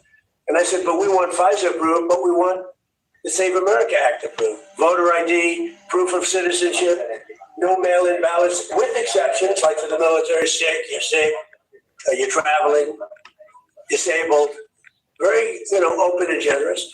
We also want no men playing in women's sports, and we want no transgender mutilization of our children. None. Those are 5 things that are 99%. That's all we want. It's not a lot. The Save America Act. And that can be passed any way they want to pass it. So you get on skinny jeans, you silly black. So you get on skinny jeans, you silly black guy. Black guy, nah. If you guys haven't subscribe everybody. We are growing. Look at that. You guys are a blessing, man. Each and every day we are growing. Thank you. Let's continue. Unless it's, and this was like a rush act. It was a rush act by the Democrats. All of a sudden they want to get, and why are they afraid of this guy? I mean, they're so afraid of him. They'll do anything not to have Pulte go in there. He's a very capable guy, and they're worried about that. So you heard from the president. He's playing hardball with him. He's going to get the Save America Act passed one way or another. And we got Republican Senator Mike Lee who has broken with John Thune and said, look, dude, we can get this done. There was a way to do this without fully Nixon the filibuster. There was a way to do it. Is that John Thune, who is pissed off that his Rhino buddy, John Cornyn, lost his election, did not get the Trump endorsement. He's also pissed off at the fact that since President Trump became affiliated with the Republican Party. Right, it's not the same. The Democratic Party had the feminine party going on, had the American flag to the side, and had put the gay flag in the forefront of the White House. The gay flag in front of the forefront of the White House and 2 American flags on the side. Come on, man. That's not America. America's American flag regardless. You can be gay, no problem. You're American. But yeah, I'm glad they brought back masculinity to the White House. Period. We are not weak like that. Period. We know what a bathroom is. We know what bathroom we belong in. And they got where America looking confused when it comes to sex. We are not confused. It's only small individual people there is. And we some fighters. You know what I'm saying? On the real. USA, baby. USA. USA. He took it over. Look at a guy like John Thune. Do you really believe a man like him did not have aspirations on being president one day? He carries himself like he really, really, really wanted to be president, but he just doesn't have the charisma, doesn't have the moxie for it. I said it in other videos. Every single senator and member of Congress has dreams and aspirations of maybe one day going to the top spot. Come on now. They're competitive as heck. That's how they got to where they are. So they are, especially when you're a senator, you really believe you're like right there. So they all feel like they're just as good or good enough to do the job. And a lot of times they're pissed off that they didn't get it. So they do everything they can to make the person that got the job look like they're doing an ineffective job, even if it's at the detriment of their own party. The Democrats won't do that. They won't stand. They'll just flat out replace you, but they'll cocoon up. They'll handle their business internal. They will not knock another Democrat publicly at all. But boy, will they reprimand and beat the crap out of them behind the scenes. And then when you fall out of favor with the Democrats, they'll just destroy your whole life publicly. Publicly, they don't care. But when you're in the group and you're a part of the team, they don't break ranks. That's how they're able to get so many things done, even though it's to the detriment of the country. But they move as a unified block most times, with the exception of the patriotic John Fetterman. All of those clowns move in unison, right or wrong. But the Republicans, even when it's for the betterment of the country, egos get in the way. And Trump took over the Republican Party. And a lot of these rhinos thought that Trump was just a flash in the pan and that they were the person up and they were the power brokers of the party. And then you got this real estate mogul, former reality TV superstar, mega billionaire that walks in and comes down the escalator and just takes over. Some of them don't like that, but they know if they come out publicly and say that, that's political suicide. So they won't say it out loud. They just do little needling things behind the scene. It's like John Cornyn said in the video I did last night. He said that President Trump is going to have a miserable back half of his second term, meaning the last 2 years. And how when senators when they lose elections and they're no longer going to serve, how much more leverage they have and how much more profitable their lives become. Why? Because you can get paid by the deep state to throw a monkey wrench in every American First agenda that's on the books. So I just wanted to bring you this to let you know President Trump is fighting for you and for I, for this country with that Save America Act. And he's telling the Republicans, I'm not signing crap unless y'all attach that to it, and they know they can do it. So let's see what's going to happen, y'all. If you stayed and you watched up to this point, thank you so much from the top and bottom of my heart. I really do appreciate you. If you haven't already, please hit the like button. And if you're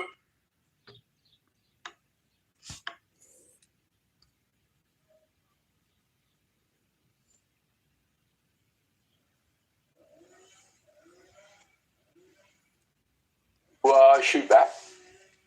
And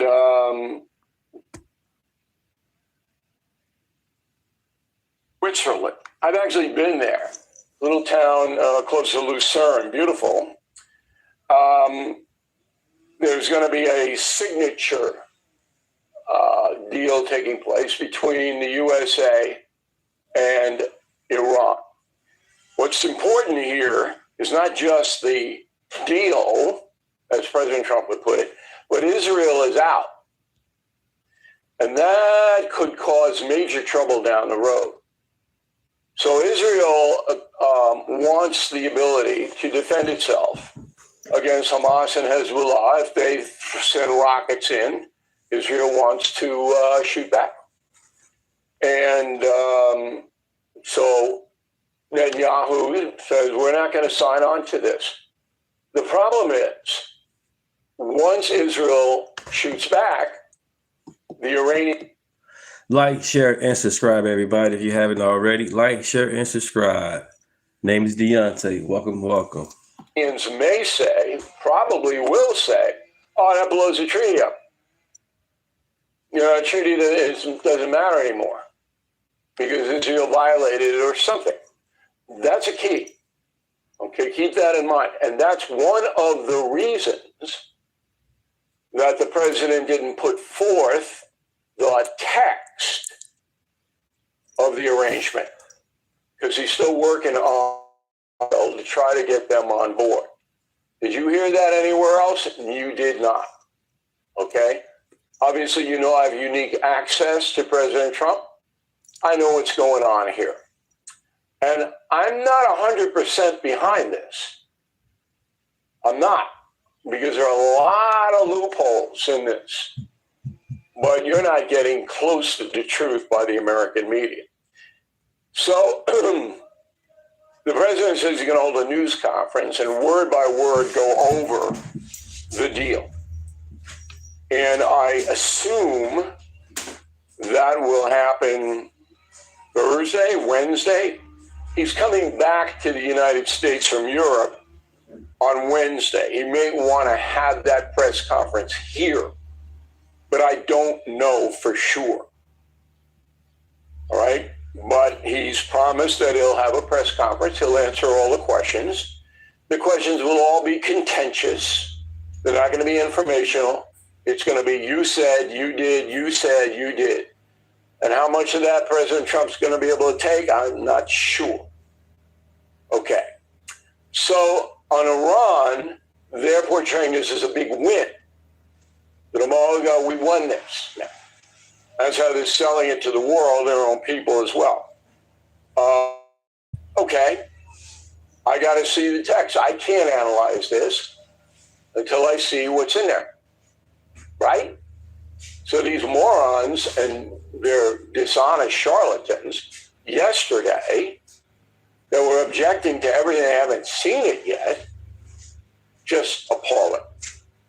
Now, oil prices continue to drop, which President Trump needs for the midterm elections. Stock market continues to surge.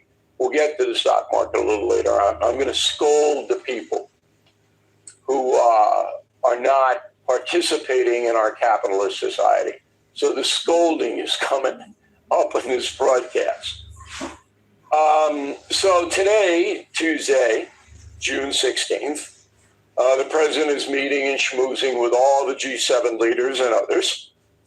And they've been very supportive of Mr. Trump. And it's easy to figure out why. They did nothing. So in Europe and countries in Asia, they get the benefit of anything that constrains the mullahs without doing a thing. We did it all, like we always do. All right, let's run it down. So Great Britain is the number one ally for us, even though it's chaos. And before the president began meeting with Great Britain and France and the others, he wanted to put to bed some controversy. We'll let Dave. We have a deal that's a fair deal. It's a good deal. We are not investing any money in Iran, by the way. That rumor got out there yesterday. It was ridiculous. We have the right to go in someday and do, if I want to do something or somebody wants to do something, but we are not investing any money. We have no obligation to invest any money in Iran. All right, so that knocks out all the reporting from Monday night. If you're watching on television, you're wasting your time but they're 300 million, they're this, they're that, whatever. Okay, let's start with Starmer of Great Britain. Go.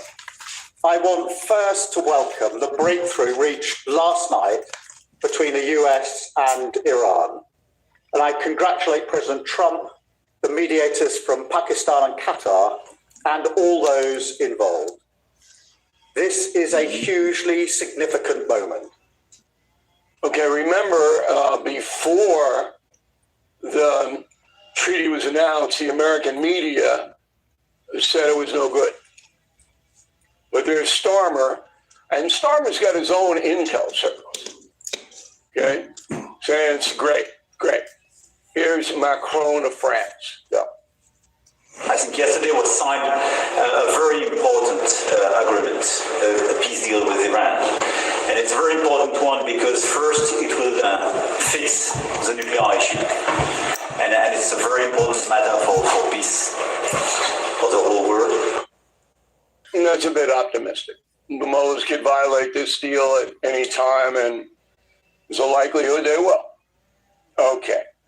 Then the Chancellor of Germany, perhaps the NATO's weakest major country, said this, Friedrich Merz, quote, I welcome the agreement with the U.S. and Iran and congratulate President Trump and the Iranian side on this diplomatic breakthrough. This can pave the way towards a reinvigorated global economy and more secure Middle East. It is crucial to implement it with determination. Okay. Remember that Merz was critical of the deal. He didn't want to help, and he didn't help. If you're on Medicare, you already know the spin never stops. Mailers, robocalls, as Europe, the G7 people said this. We warmly welcome the announcement of the memorandum of understanding between the U.S. and Iran. Congratulate the United States, the Iranian government, and all involved, including Pakistan, Qatar, and all other mediators on this diplomatic breakthrough. Okay, so it's across the board. Trump's a good guy. This is a smart deal in Europe. Not in the American media. Roll that. But this time around, the one thing that both sides agree on is that the 1.5-page memorandum of understanding does nothing to stop Iran from gaining a nuclear weapon. Okay, so you've killed all of those 40 leaders, but now the IRGC is in charge. Okay, so that's who we're dealing with, and that's who we're supposed to stand next to on Friday and sign an agreement that nobody's seen or read, except for this is the most transparent administration history, but we can't read it. Like I could make all of those points. Donald Trump now has a secret deal, he says, to end the war in Iran, and that deal, if it exists, is apparently so humiliating to Donald Trump that he's keeping it secret. And that's not why he's keeping it secret. He wants to get Israel on board and iron out some of the last minute texts in the deal. So, you're never going to get the truth from any of those people. Okay, they're not in business to tell you the truth. They're in business to tell you what their management tells them to say. Okay. Now, last night I was on Leland Vittert on News Nation. Chris Cuomo came on before me and was harping on the same thing. Why can't I see the deal? Why can't I see the deal? Why can't I see? It's a mantra. Why? Here's what I told Vittert. Go. What is the fairest way to judge what the administration has put out and what the Iranians have said? You can't judge it now because you don't have the facts. So I don't know whether you saw our friend Chris Cuomo demanding to know 48 hours after the deal was announced by President Trump what exactly is in it. Who would do that? Who would do that? Who would give critics of the deal and the opposition, the mullahs, 5 days to go disassemble the deal? What kind of a moron would do that? And I'm not calling Cuomo a moron. I'm just saying it doesn't matter. If Friday is D-Day, if Friday the deal is signed or not, then we'll all know. but it's not like we're voting on a referendum on this deal. All right, so I think I made my point pretty clear here, that the way to negotiate a very complex situation is to be methodical, all right? And you don't give the enemy any quarter. Okay? You don't give them a chance to nitpick or do whatever they might do. And that's the memo.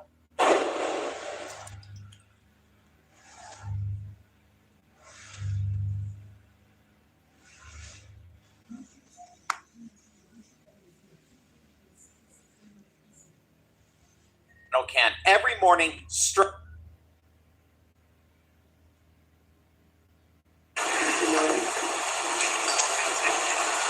Hello, I'm the boss. How are you?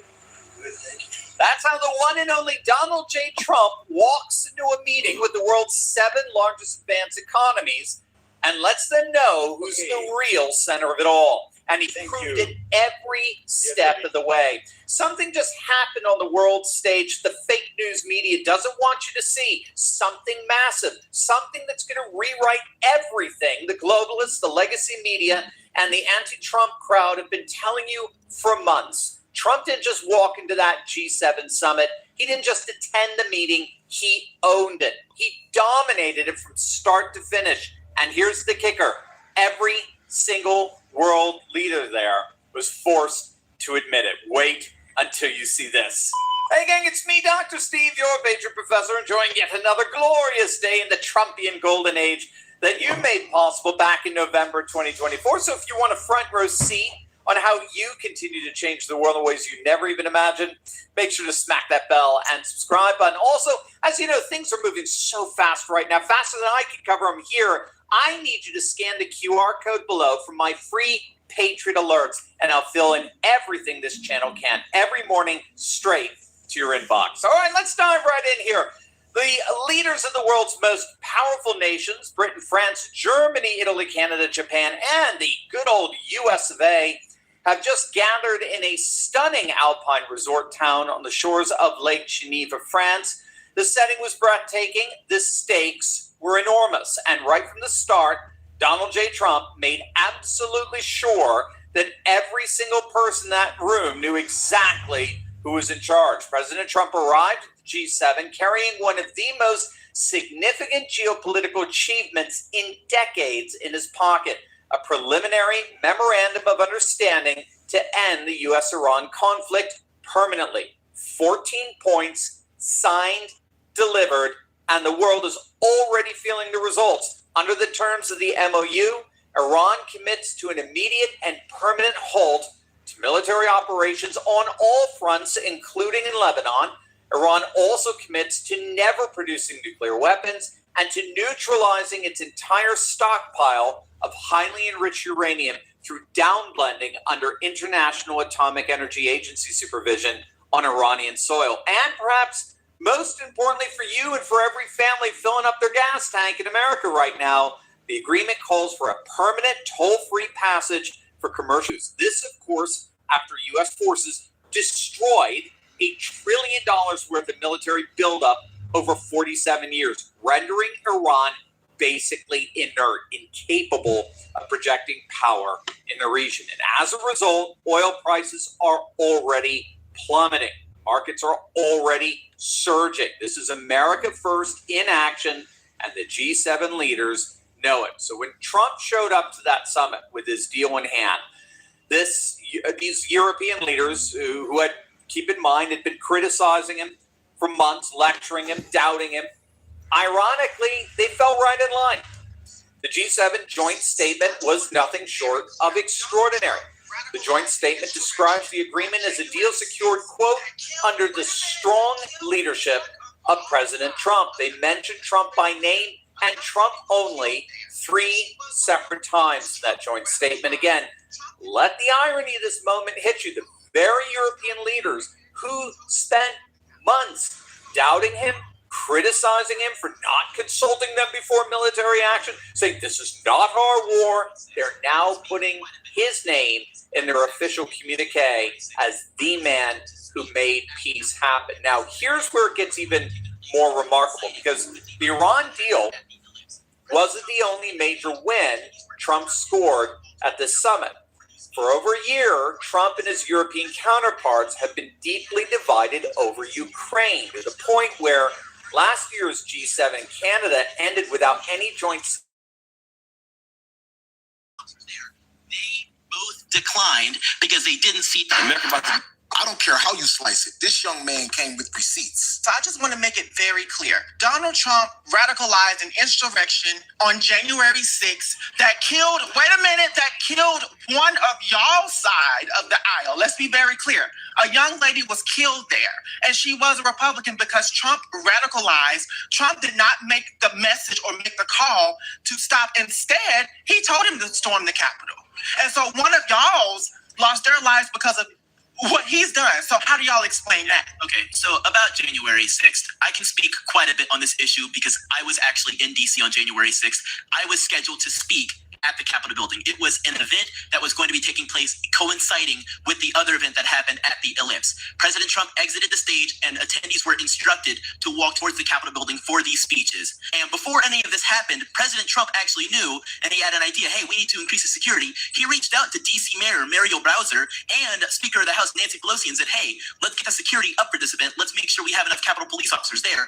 They both declined because they didn't see it as important enough. They didn't see it as risky enough. So each and every time we hear this rhetoric about saying, oh, Trump insurrected, he said to his people, go march there and attack the Capitol building. No, I was there at that speech, front row, 10 feet away from that man when he said, march peacefully. I saw on Twitter before they nuked him off the platform, he said, protest peacefully, hurt nobody. And at the very end, he posted a video on Twitter, once again, before he was nuked off the platform, saying, please leave, do not break any laws, go home, and stop. That is what President Trump did on that day. I don't care how. Frankly, it was a mess. But this year, this summit, completely different story. Trump sat down with Ukrainian President Volodymyr Zelensky in a one-on-one meeting. Thank you. Very first direct encounter in over 4 months, and the results were rather stunning. Trump told reporters that he believed Russia should make a deal.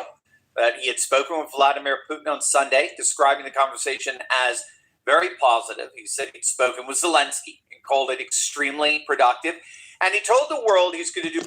Thank you, Simon, for subscribing. Thank you, guys. Thank you, everybody, for subscribing to the channel. Thank you.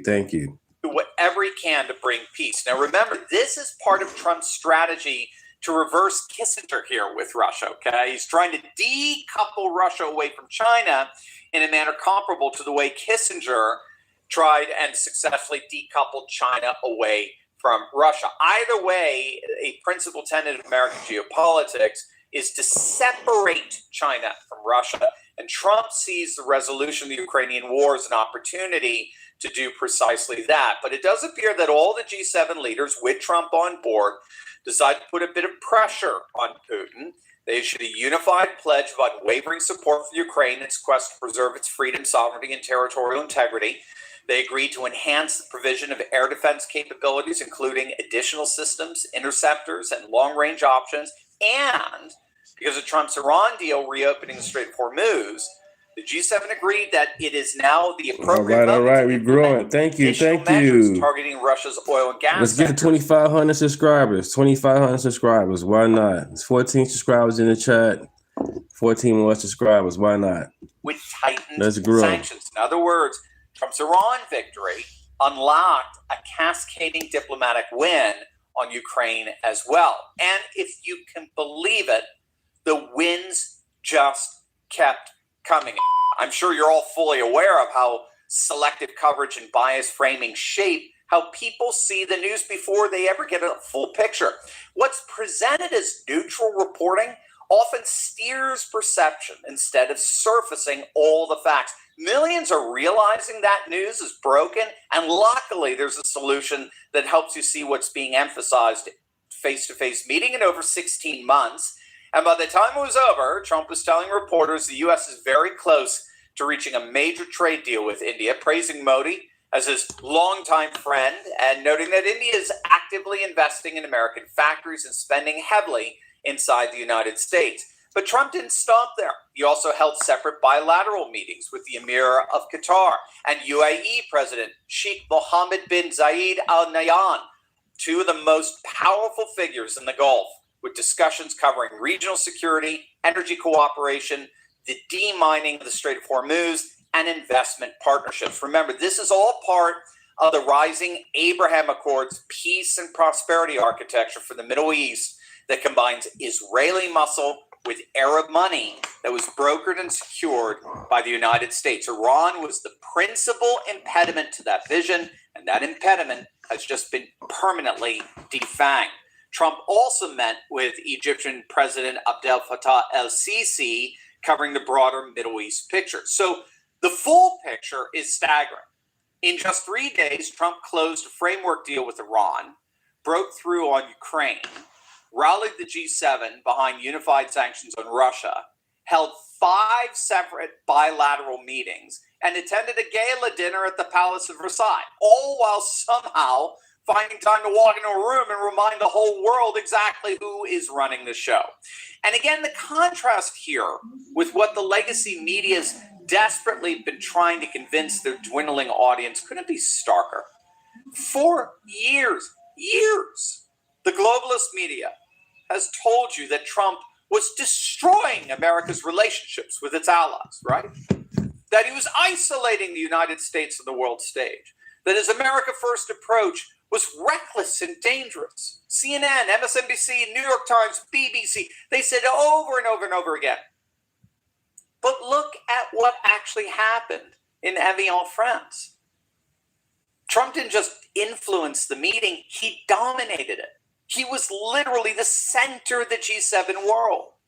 And every single world leader there, every major world leader, openly credited him by name for delivering peace. Even CNN.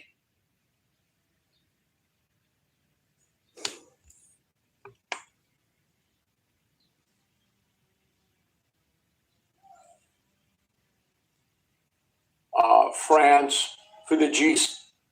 We have the best, and I mean that literally, coverage of this Iranian situation that is the subject. This was posted 4 minutes ago. 4 minutes ago, so it's updated. Of this evening's Talking Points memo. Always good to watch this broadcast with a pen and paper.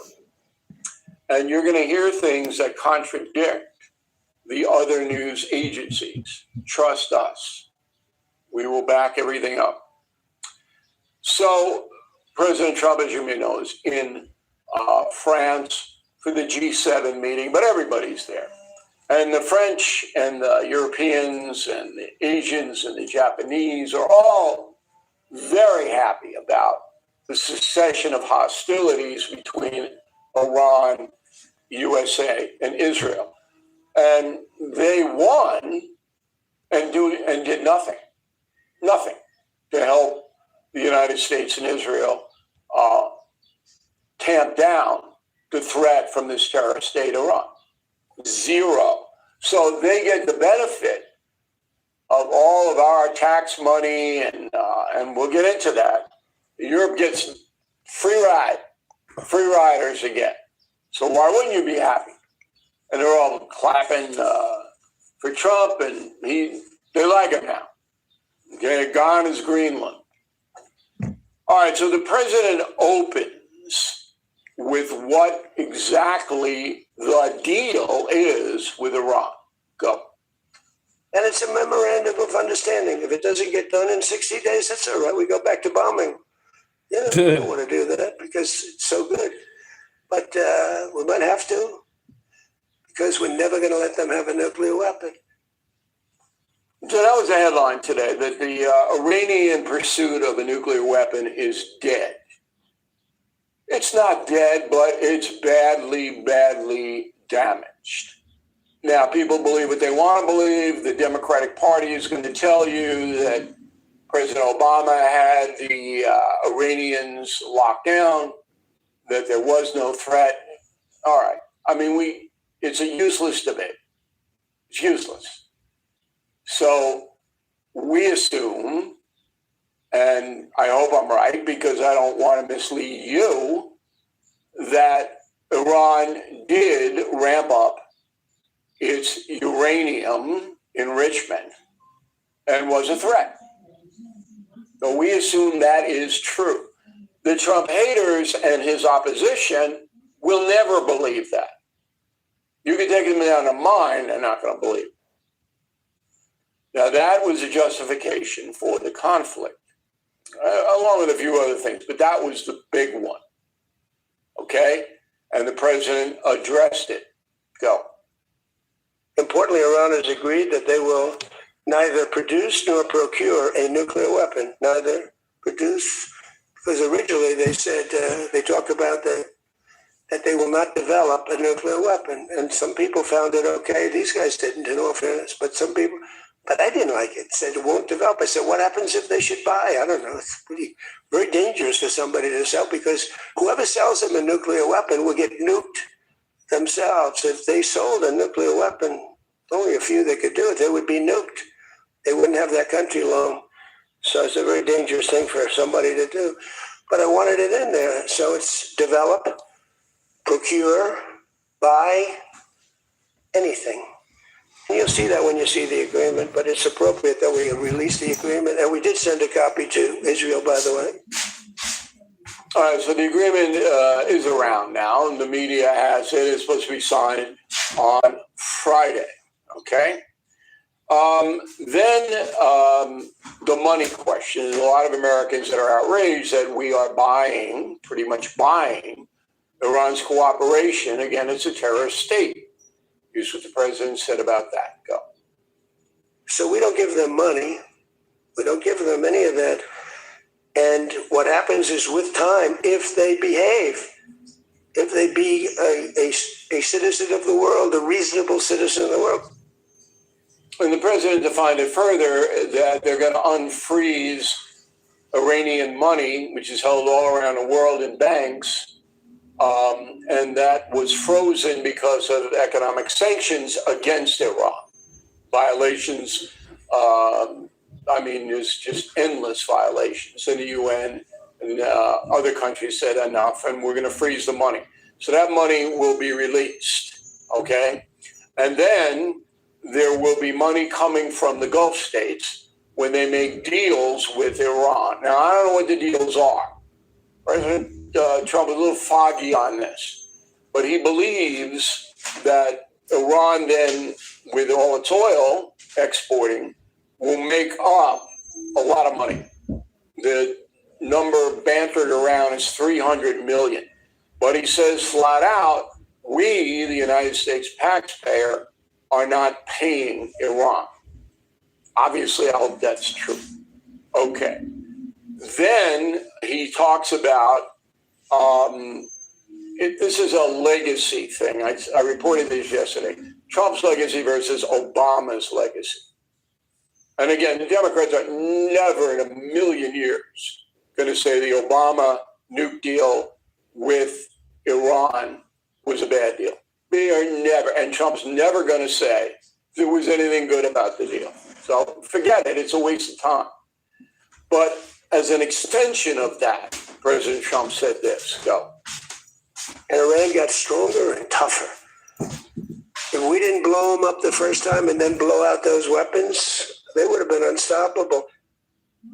Okay, now he's talking about the bombing last June, a year ago, I should say, that downgraded not only the uranium, but also ballistic missiles and across the board. Now, we can confirm the ballistic missiles and the other ordnance, military ordnance, a lot of it was destroyed. You can confirm that from space. Wow. But enrichment of uranium can't. So the president says, yeah, we downgraded it. I would say most weapons people believe that. Certainly ones we have talked to, the ones in Austria, but you can't prove it 100%. So if Iran doesn't live up and you hear this all the time, cliches abound. Well, you can't trust them. They kill this. It's a lie. Oh, it's true. But Trump says he has a very simple solution to any deceit. Go. We will bomb them. They will be bombed, just like I bombed them on Wednesday night and Tuesday night, and was going to bomb them on Thursday night at a level that was 3 times greater, and they knew that. I will bomb them. Now, that's with me as president. If you have a weak, pathetic president, maybe that doesn't happen, but I can only do the job that I have to do. I have a long time to go. I have almost 3 years, close to 3 years. Time is going fast. Now, I know that President Trump doesn't want to bomb them. Okay? It costs an enormous amount of money to do that, and he doesn't want dead bodies, civilians, all over the place. And I know that because I talked to him about it, eye to eye, man to man, one-on-one. Okay? So I'm a primary source here.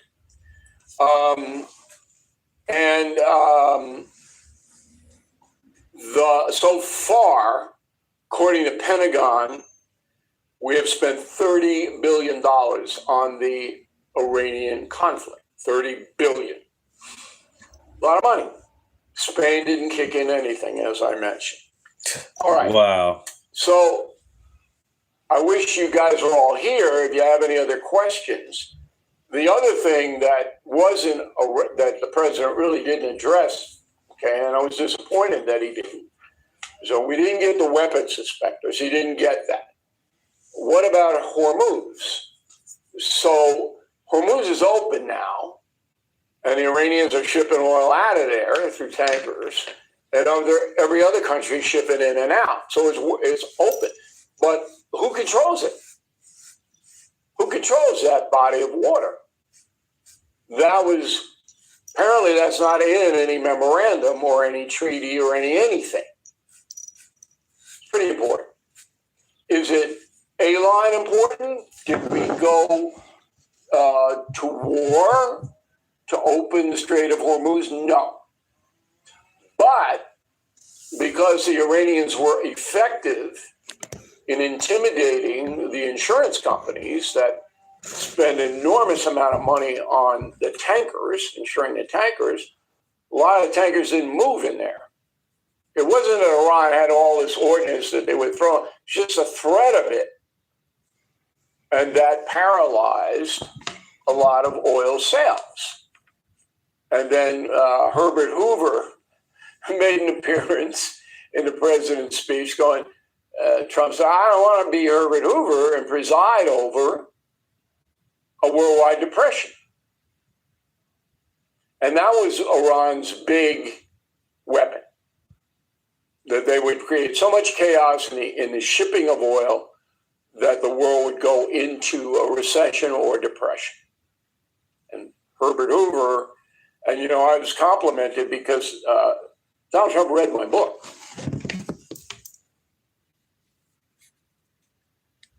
Directors was not only funneling $1.2 million to the neo-Nazi groups. Man, where do I even begin?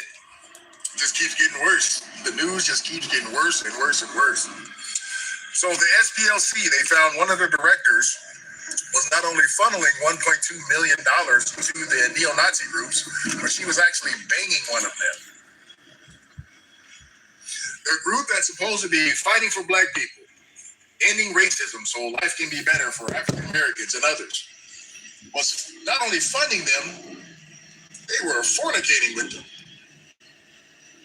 I almost said the other word, but I promise not to cuss. Guys, you have to understand what's happening here.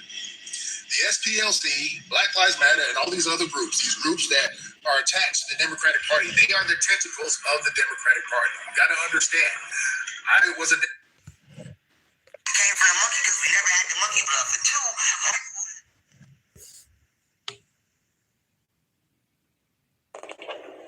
Man, where do I even begin? It just keeps getting worse. The news just keeps getting worse and worse and worse. So the SPLC, they found one of the directors was not only funneling $1.2 million to the neo-Nazi groups, but she was actually banging one of them. The group that's supposed to be fighting for black people, ending racism so life can be better for African Americans and others, was not only funding them, they were fornicating with them. I almost said the other word, but I promise not to cuss. Guys, you have to understand what's happening here. The SPLC, Black Lives Matter, and all these other groups, these groups that are attached to the Democratic Party, they are the tentacles of the Democratic Party. You got to understand. I was a Democrat all my life. I always thought they were the good guys. This new version of the Democratic Party, they're not the good guys anymore. They have been taken over by... All right, Justin. Glad you're in the chat. Thanks for being in the chat, Justin. Catch you later. And what is the goal of a Marxist? The goal of a Marxist is to destabilize the country. How do they do that? Fueled by envy, they use rhetoric and labeling and branding to pit Americans against each other. They put white people against black people against the police, men versus women, conservative versus liberal, gay versus straight, trans versus straight, Christians versus everybody. It's a nonstop battleground that they've created through labeling, branding, vilification, dehumanizing, and devaluing of certain groups. The SLC, Yes, sir. Make America great. Keep it great. Keep it great. Groups on the map. How the hell did Moms for Liberty end up on the map? How the hell do church groups end up on the map? How does that happen? There are many people on that hate map who don't deserve to be there. Well, guess who deserves to be there now? SPLC. At the end of the day, for the past 20 years, Marxism has taken a strong... Black Neck, thanks for coming into the chat. Thank you. Second time viewer here. Thank you for coming in. Name is Deontay. Appreciate that.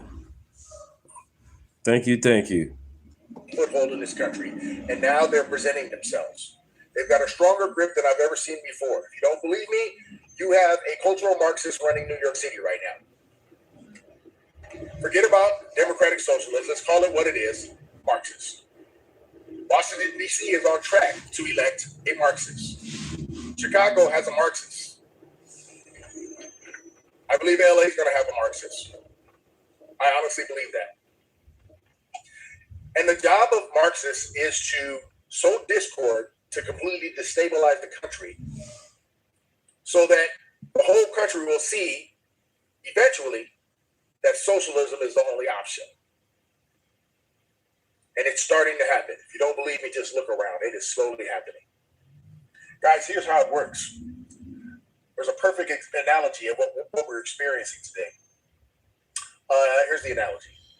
A guy takes a jar and he fills it full of ants, red ants, black ants, fire ants, and he just sets it down. It's not about even like my channel ain't about loving Trump, liking Trump and all that. I'm on Trump support. I like Trump. I love America. When Trump leave office, I'm gonna still be rocking my MAGA hat and loving and supporting love America. But I also love the world too. I love everybody. So my channel is about unity, common sense, facts over feelings. And if you believe in God, God is in control. At the end of the day, it's all this BS. It's all about God anyway. And we all should put God first. But yeah, my channel is political, but also I believe in God as well, you know, in Jesus Christ. So other than that, I like to share what's going on in the world. I try to stay current what's going on, and I try to show you different point of views and go with that. Because everybody's opinion matters. Nobody's opinion is better than the other. You know, if somebody says better than somebody else, and guess what? And they do. So I'm here to listen to it here and share it and grow with you guys on the real. Blessings, blessings. Let's continue. So it's like I said, it ain't about Trump. It's about us, the human race. Sets the jar down on the table for a few hours, and everything's pretty chill at the moment. Answer just trying to figure out what's going on. Why are we in this jar? Everybody's docile. Everybody's chill. A few scuffles. Everything's fine. A couple hours later, the guy comes back, pulls up a chair, grabs the jar and violently shakes it and sets it back on the table. And he sits in the chair and watches as the ants destroy each other.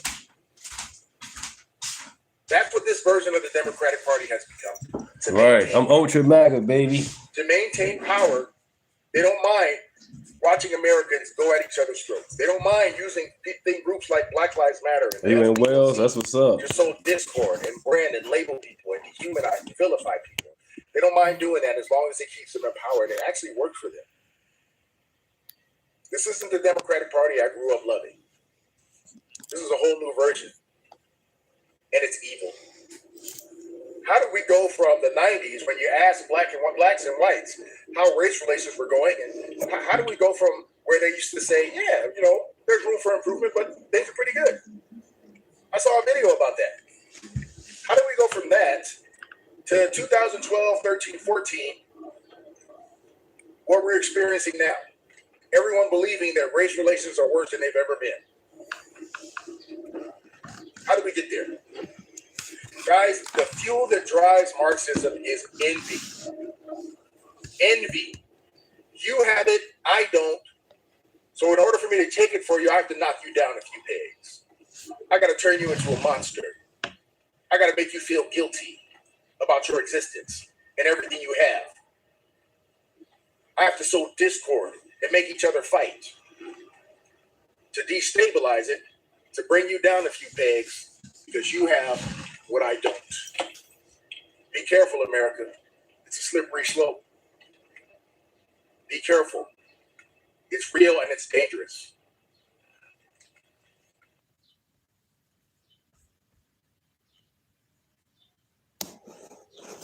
Thank you, guys. Thank you.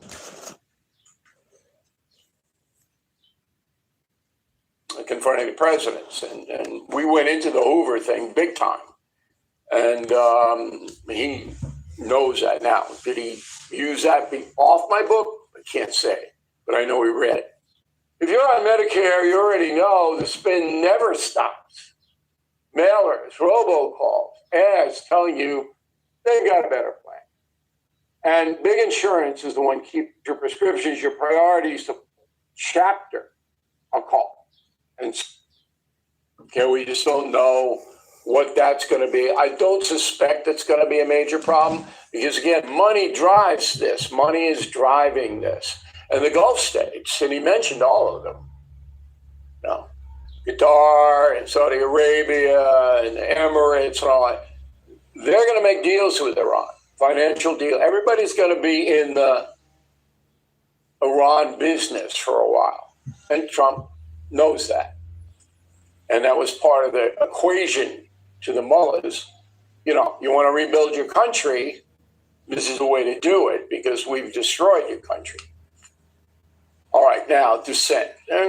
It's the usual suspects, and I'm kind of wasting your time playing this stuff, but I think you need to know, and I'm not going to play a lot of it, that the dissent against Trump will never stop, no matter what he does. And he brought it up to him in the presser. He goes, no matter what I do, it's going to be terrible.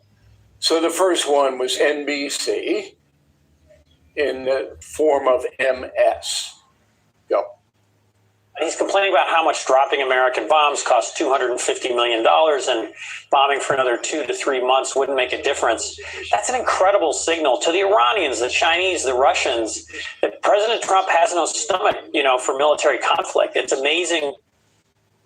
Yeah, so now the most dovish network in the history of network news wants more military conflict. All right, and their number is wrong. The 250 million is wrong, according to Pentagon. All right, the second one comes from CNN, another reliable liberal Democrat source. This is from a guy named Ian Bremmer, who runs a foreign policy operation. So we, unlike the others, identify who we're using on the air. And Bremmer's a liberal.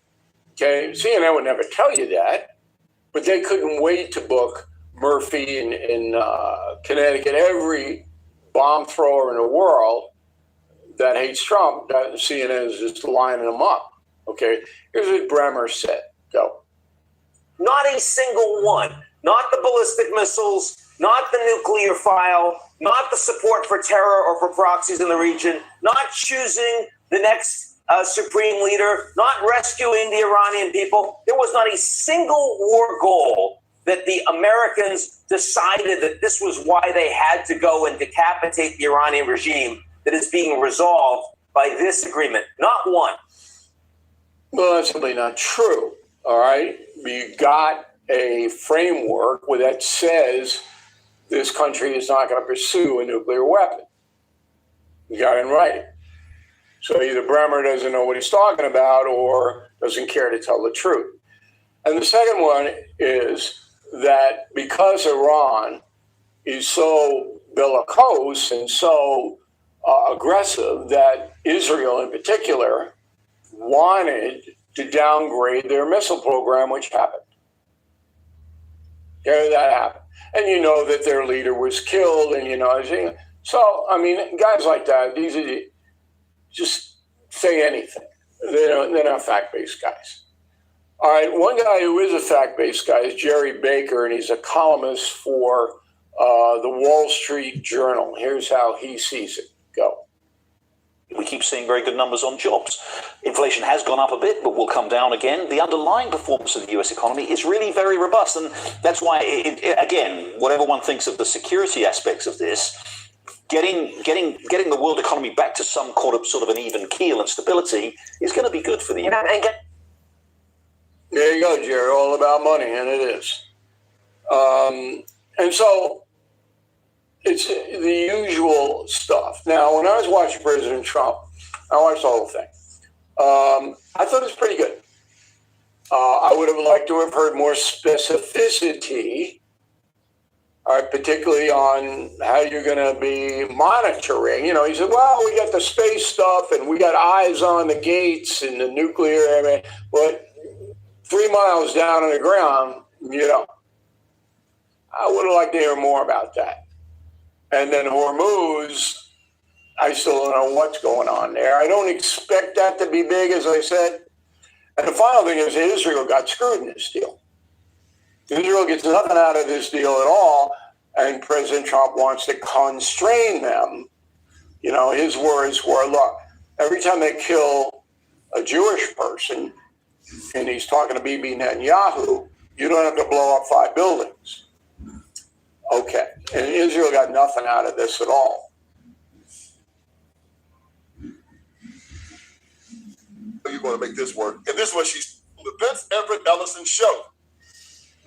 Oh, man, this MMA cage fighter by the name of Josh Hotkett said Michelle Obama was a man.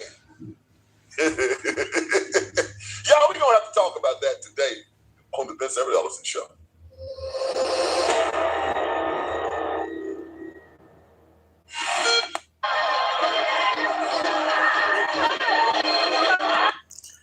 Big difference, y'all. Come on, y'all. Not cool.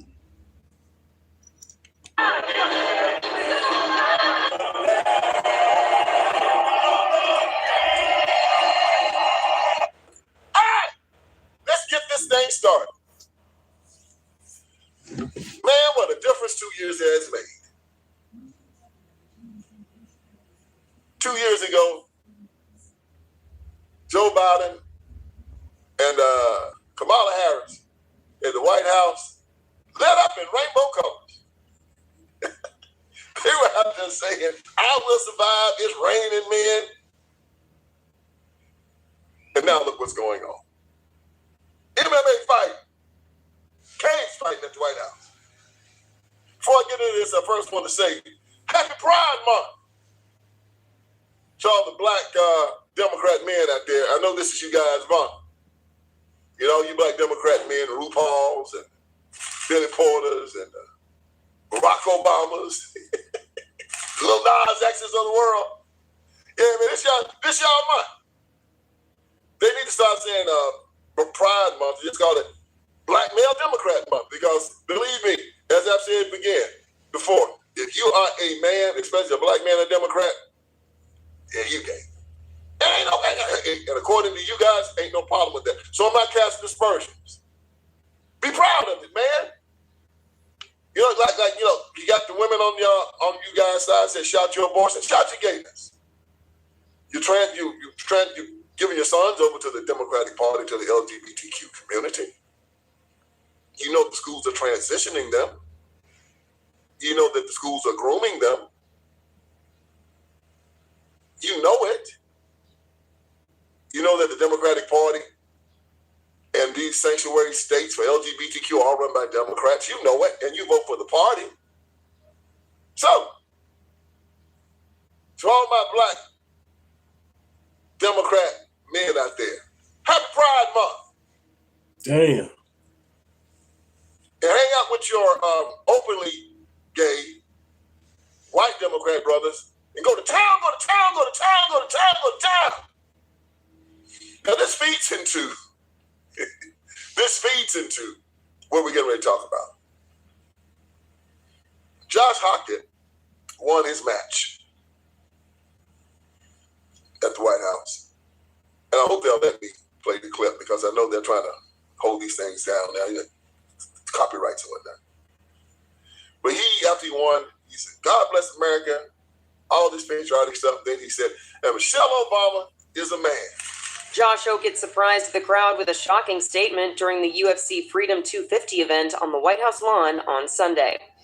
After Hawkins won his bout against fellow heavyweight Derek Lewis, he said this during his post-match interview with Joe Rogan. Michelle Obama is a man. Am I right, America? Some in the crowd could be heard laughing, while others seemed shocked. Rogan did not address the comments, saying only, ladies and gentlemen, And oh my God, the left went crazy. Hit dog a holler. Sonny Hoskin on The View, she got mad. That little black lawyer on The View. And she said, this was a disgrace that she tried to blame that on slavery. She tried to blame Josh Hawkins calling Michelle Obama a man on slavery. And I was interested in seeing how you're going to make this work. And this is what she said. She said that black women have always been made to feel less attractive and masculine, and that was because of slavery.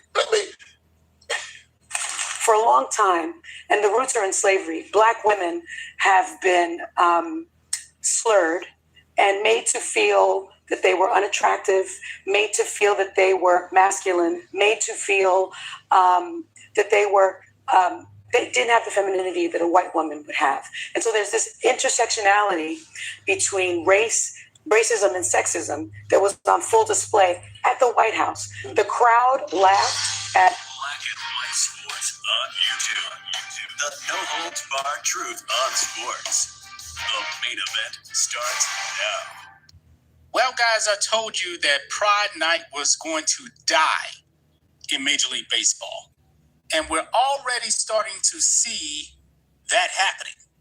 Because, folks, an independent affiliate of Major League Baseball, a minor league team, guess what? They actually canceled their Pride Night game because guess what? The players refused to wear the rainbows. Yes, the players said, no, we're not going to bend the knee. And guess what? It was a forfeit. Yes, the players refused to actually bend the knee to the Alphabet Mafia. This is astonishing, man. This may be the first time ever that I've actually heard of a full game getting canceled because players said, no, we actually reject this. Major League Baseball, folks, getting pretty close. It only takes one team. Now, this team right here, independent affiliate of Major League Baseball, they're called the York Revolution. I believe they're based out of Pennsylvania, if I'm not mistaken. It happened. The whole entire team rejected the propaganda put up there by management. They said, no. The statement, and the President of the United States smirked and never addressed what was said. That is beneath the dignity of the office of the President of the United States, and it's beneath the dignity of the American people. If you're unattractive and you're masculine looking, it's got nothing to do with slavery. It has to do with the fact that you're masculine looking and you're unattractive. And,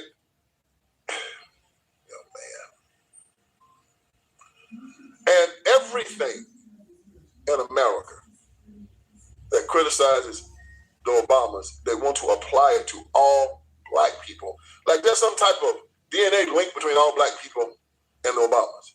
It's not. I don't know whether Michelle Obama's a man or not. I haven't looked up under the skirt. I'm just reporting the news. And I can tell you this, Barack Obama, if you're a man, you need to call Josh Hodgkins and you need to go out there and whoop his ass for saying that about your husband, your wife. I know that they put you on the cover of Newsweek magazine saying you're the first gay president. And it's amazing how they're doing this with the Obamas, right? I mean, you got to say sooner or later where there's smoke, there's fire. You know what I'm saying?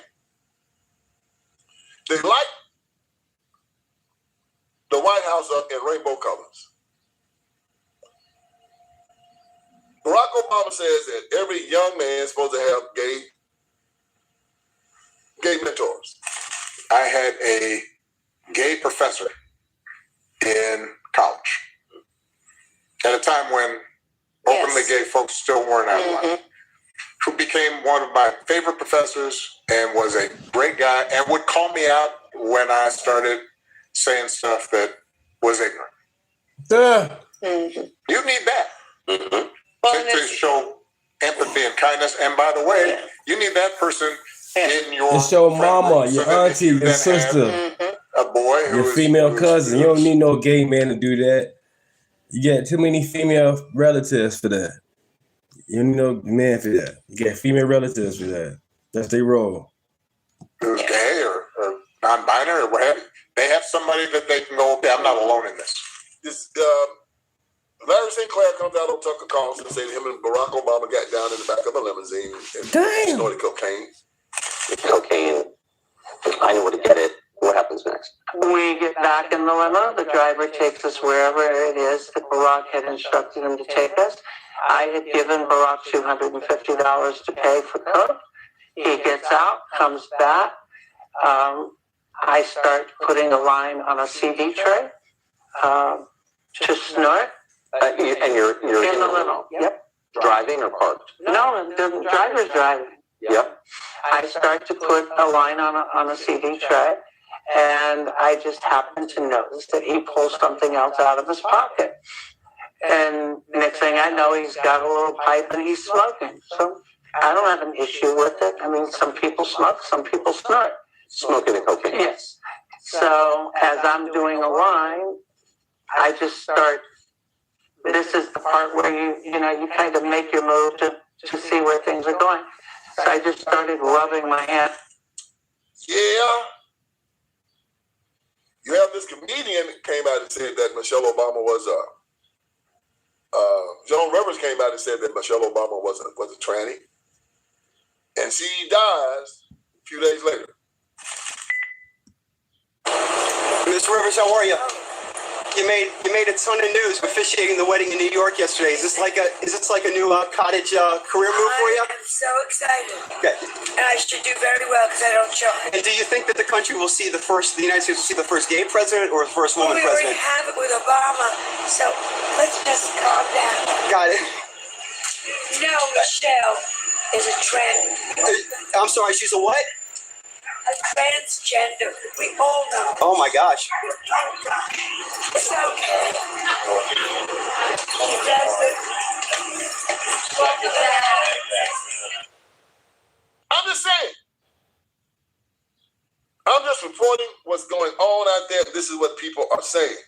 And then you got these cats hanging out with RuPaul and Billy Porter and Lil Nas X and all these weirdos.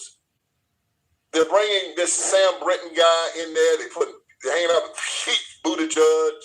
They got this Rachel Levine weirdo hanging out. They're always fighting for all this LGBTQ foolishness. You got Wes Moore saying that, he'll let them castrate. They're crazy, man. Crazy. And so then when somebody puts all this together, and again, the last part of this is why y'all mad. Look, you guys are the ones that are always saying the gender's fluid. That you can be a man one day, you can be a woman the next day, you can be both of them at the same time with two spirits, okay? And then when someone says that you look like a dude, you won't get mad about it. You should be saying, I don't care, because you know that crap is a lie. You know all of this foolishness. Why y'all feeling some type of way when you say that women don't exist? Men don't exist. But there's no definition to a woman. I mean, Ketanji Brown Jackson, Joe Biden put her on the Supreme Court to ask the definition of a woman. She said, I'm not a biologist. She's bragging about being the first black woman on the Supreme Court, and then when somebody asked her to define what a woman is, she know the hell what one was. Make that make sense. Am I lying? Make that make sense, Chad. And then when they walk around talking about it ain't no definition to a woman, and you said Michelle Obama's not one, they want to get mad and say she is one. How can she be one when you know what one is? We don't know. The great psychiatrist Carl Jung said, it is not what happens to me, it's what I choose to become. I'm not trying to scare nobody, but we are in danger. And slavery is a choice. We ask the question, do you choose to be free or do you choose to be a slave? So you feel like a victim? I'm a victim. I'm a victim of white supremacy. And so are they holding you back financially? So well, they can. Most black people sit at the bottom of every socioeconomic statistic in America because we still deal with the same slave mentality that said. That's crazy. Subscribe. Those of us that now insist that we're no longer being oppressed and that it's ourselves that are now our worst enemies are in fact gullible, naive, and are ignorant of the true reality. If you walk around saying that you're oppressed, you're not a man. And you're not an American. When you say you're oppressed, I'm telling you, you're an heir of Jesus Christ, you're a child of God. Nobody can oppress you.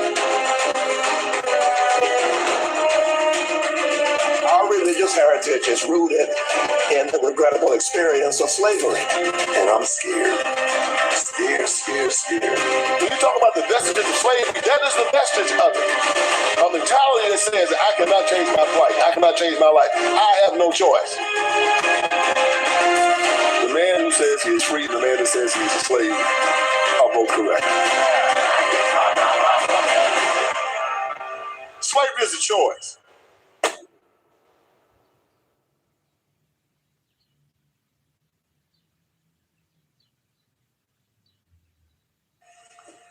God is not the author of confusion.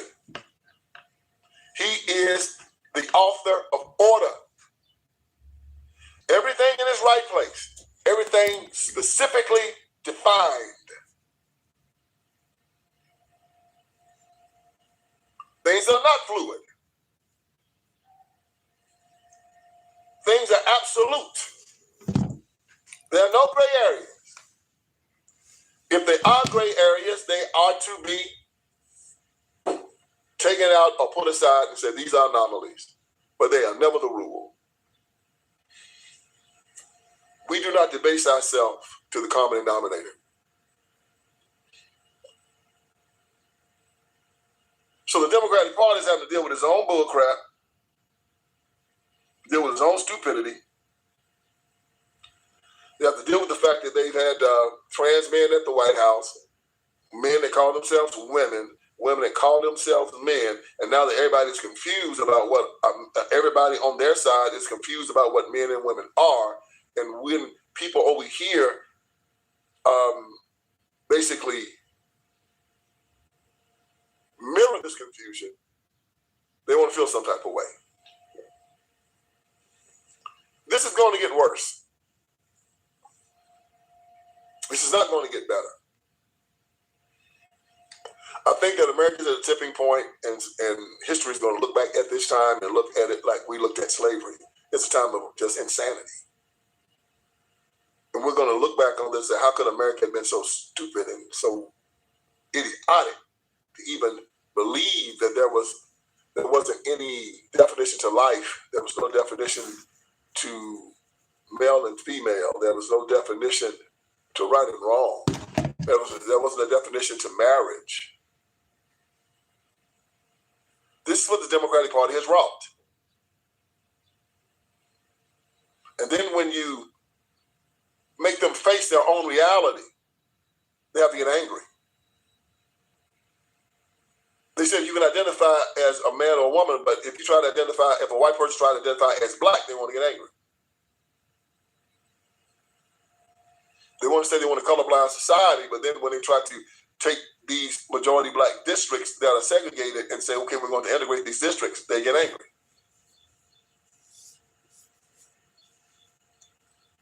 They say they want a colorblind society, but then when you try to say, we're not going to do DEI and affirmative action any longer, we're going to make you live on your merits, they get angry.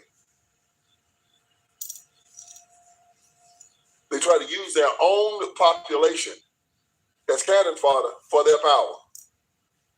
So these young men who survived the Democratic Party's plan to abort them in their mother's womb, and then they survive after they're born, they survive the fact that they have paid the mothers to get rid of their fathers. And then they survive that and they send them to a public educational system that will not educate them. And when they survive that, they send them out on the streets as teens that get killed or murdered or addicted to drugs. And they survive that and they get out of high school as scholar athletes with scholarships to go to college, to go to the SEC, the greatest football laboratory in America, where your odds of going pro and becoming a millionaire becomes astronomical. And if not that, you get a good 4-year degree at least. And they say, we want you to thwart all of that to try to force the Supreme Court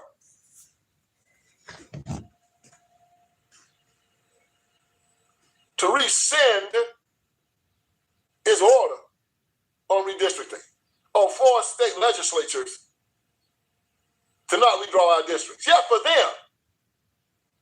They want these young men to destroy their whole careers. Why? So they can keep implementing the same laws that almost destroyed them. I've not seen one young man do it, but I'm telling the NCAA that if they find one that does, Colin Kaepernick. Blackballing, and all of you coaches say, we don't want any of these young men that are doing this in college football at all. Because if they win with this, everybody coming out of high school is going to go to these colleges and they're going to make stipulations on them and say, we run this now. It'll take away your authority and you cannot have it. So the first one of these little jokers that walk out there, the first one of these little YNs that come out here and say, I'm going to forfeit and I'm going to boycott the SEC because of the Supreme Court ruling, everybody in NCAA football needs to say, he doesn't get a scholarship. He's gone. That'll stop it. All you coaches need to make a phone call right now and say, the first one that does it, let's make an example out of him to make an example out of the rest of them. Alabama, Georgia, Florida, Tennessee, LSU, Arkansas. Yeah, we're going to be here forever. And y'all ain't coming off these streets trying to tell us what to do.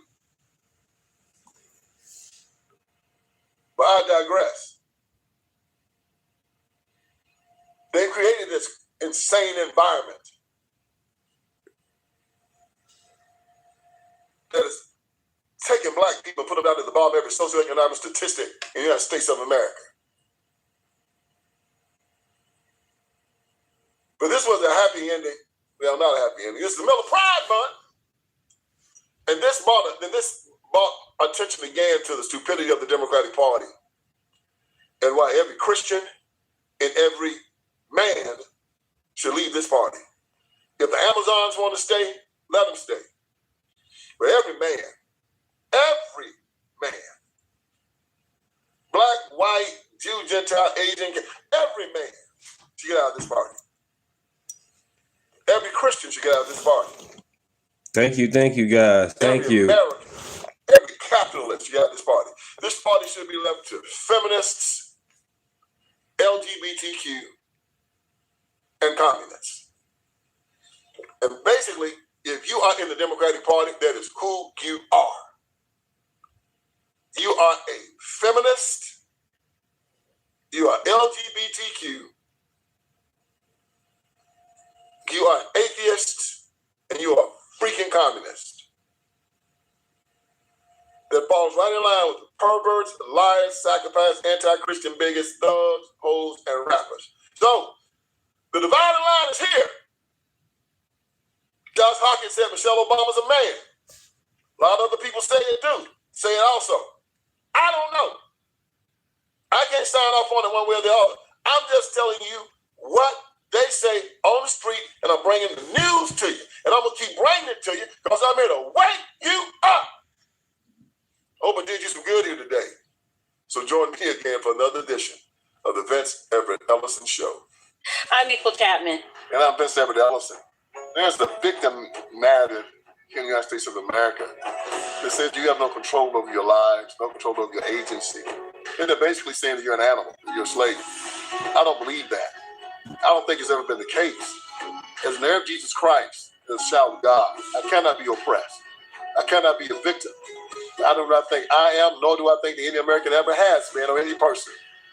Even when it comes to slavery, I believe, and I think they will hold true that slavery was a choice. You know how I know? Because people are choosing to be slaves now. So I'm making a documentary to debunk the myth that any human being or any American is held under bondage without their permission, even if they have to kill or give their lives to be free. Freedom is a choice, and slavery is a choice also. We're asking you to partner with us. We are here. We have begun filming Slavery is a Choice, and it's an incredible documentary that outlines Vince's argument to prove to the world that slavery is absolutely a choice. I partnered with him in the executive producer position, and we are appealing to our audience, you guys, those who watch us faithfully every single week, to help us bring this film to market. We've begun a crowdfunding campaign, and we're going to link the opportunity in the description below for you.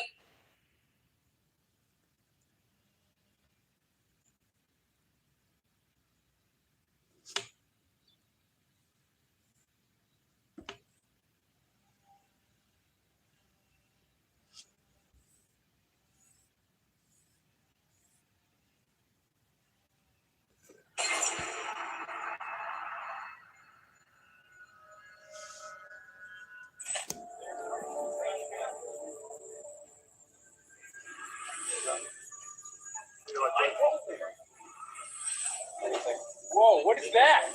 Oh, let's follow it. You. Don't follow it. Don't follow it.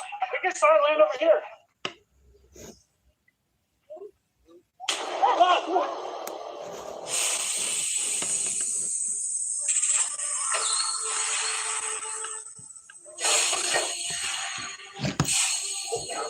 Thanks for stopping by. My name is Deontay. This is Babylon P skit from X. You guys don't like it. It's very funny. Greetings, humans! I have come to your planet to help you. On my world, there is peace, a utopia where everyone gets along, and we want to impart this wisdom onto you. Sounds great. It'll get us on the right side of history faster. Let's hear it. To achieve utopia, you must first all agree upon this one simple concept. All lives matter. What'd you say? Oh, here we go. I'm lost? Why has this upset you? All lives don't matter. Some lives matter some of the time. Yeah, some lives matter more than other lives, and that's that. But we have achieved paradise. I have the proof it works. All lives matter. Hey, Fritz! Hey, Fritz! Okay, let's move on. There is more. The next thing you need to achieve world peace is forgiveness. Forgive those when they fail or screw up. Screw that. We don't forgive. We cancel. Yeah! If we discover that someone once said something even the teeniest bit offensive, we as a culture will ruin their lives forever. That is terrible. A culture of human cancellation? Oh, you believe in cancel culture, do you, dummy? Myth, dummy. There you go. Left and retards and Democrats name caller. Here we go. Start watching your mouth. I might have to look through your old tweets, you big dumb alien. Tweets? What are tweets? Never mind. Let's try something else. A perfect society will only come from individual freedom. It will never come from the government. Are you nuts? The government better Let's feed go. me, better educate me, and better house me. Yeah, and agree with me that men can get pregnant too. I'm pregnant right now. Yeah, that's right. Obvious. Our advanced research empirically showed that the human male cannot become a pregnant. Follow the science. Yes, the science. That is what I'm saying. Follow the science. The science says men cannot become pregnant. Follow the science. Shouting, follow the science, does not prove that men can become pregnant. But even if they could, why would you want the government to define that? Why?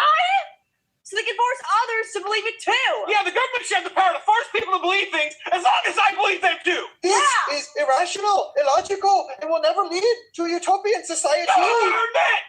Government! This is lunacy! You people are lunatics! Government! Government! Hey, you big dumb alien! If your utopia is so great, how often are your major cities burned to the ground? That never happens! What? That means no one's standing for social justice! The number one sign of a progressive and healthy is they burn their cities down in the name of justice! Kevin and Karen, look at them. I tried. It is hopeless. Terminate. I cannot believe that thing brought a message of peace, love, and unity. What a hateful conservative! Yeah, you can tell that we're the good guys by all the terrible stuff we do.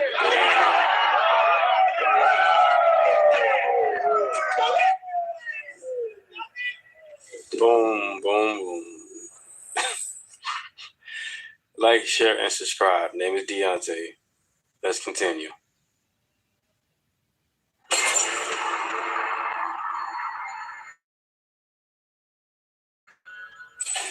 General Ford, thank you for agreeing to meet with us today. Yes, you are most welcome. Why we destroy your planet is not. In the beginning of the video, if you guys didn't notice, one of the guys had a Biden and Obama t-shirt on. And look at what's behind them right now. Get the flag behind them. That's both the administration right there. That's crazy. My favorite part of the job. No, please, don't destroy us. We don't deserve it. The looks on their faces. It's a hoot. Perhaps we should start out by introducing ourselves. I'm Chief of Space Operations, General Foreman. He, him. Undersecretary of State, Angus Miller. He, him. Chief Diversity and Inclusion Officer, Amanda Williams, she, her. And what exactly is a Chief Diversity and Inclusion Officer? It's my job to be a black woman. Really? Well, good job, then. And what is this him, she, her? Bullshit. You are all speaking. Those are our gender pronouns, so you know which gender we identify as. I appreciate that, but I am pretty good at telling the difference between the two genders. A man, woman. Nailed it. That was a lucky guess, but there are way more than just two genders. We've been probing humans for years, and we have only discovered two. How many genders are there? 62. It's hard to know, really. It's changing all the time. So, your species is evolving that rapidly. Remarkable. Perhaps while you are sitting here, you will grow additional limbs or develop the ability to breathe underwater. No, that's not what we meant. It's too bad. I breathe underwater. It's a lot of fun. If you threw 20 pennies into a pool, I could dive down and pick them all up without ever once resurfacing. Whoa! What, no applause? Dang. So, what are these genders and how do they function? Function? Took a day off. Nothing wrong with that, taking a day off. That's what's on up. Planet, the female gender is the giver of life, raising and nurturing our young, preserving our civilization for eons to come, while the males mostly just mow our space lawns and make multiple trips to space on people. What you're talking about is sex. Gender is something different. Exactly. People can identify with genders different than their natal sex or with none at all. But why? It's just the way we feel. No! It was the way we were born. Well, of course, a lot of times they don't realize how they were born until someone tells them. someone like a teacher, social media influencer. And what exactly are these various genders? You have me very curious. Well, there's non-binary, which is someone who identifies as both genders. Doesn't saying identifies both genders imply that there are only two genders? Was it? No, it's... Shut up. Actually, it's genderqueer. That is the term that refers to people who identify as both genders. You know, like my nephew. I thought that was gender fluid, like my niece. Confusing, man. No, This that stuff is shifts confusing. around. No, my gender shifts around, like my stepson. It can. Oh, unless you're Native Mental American, illness, in y'all. which case it's my cousin who got into Harvard because they 1/16 Native American. Oh, I understand. On this planet, there are people who are men, and people who are women, and people who are mentally ill. I can understand that it's confusing. It can be difficult to keep track of all the different genders. There's so many of them. There's gender vague, there's gray gender, demigender, oddygender, omnigender, polygender, and about 10 different kinds of trans. And those are just the ones that my nephew has identified as in the last month. When I was... There's also bigender, which is two genders, those genders being male and female, or a combination of all genders, including agender, which is no gender at all. So it can actually simultaneously be no gender at all plus a gender. 68 in Rockford for me. Planet has no sign of intelligent life. Official recommendation: destroy. No, please don't destroy us. We don't deserve it. Oh, there's that look. Damn. Well, sorry. Oh man. Boom, boom, boom. That's crazy. Once again, I just want to share it with you guys. Thanks for stopping by. Name is Deontay. That's from Babylon V. They be on YouTube and also on X. Yeah, it's nice. Thank you. Like, share, and subscribe.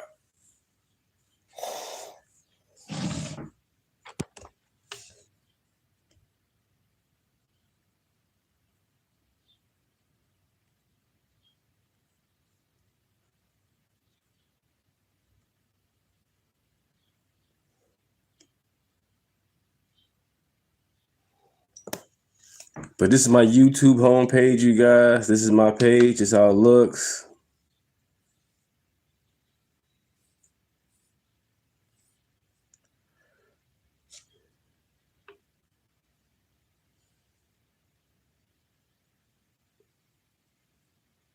Check it out. Check it out.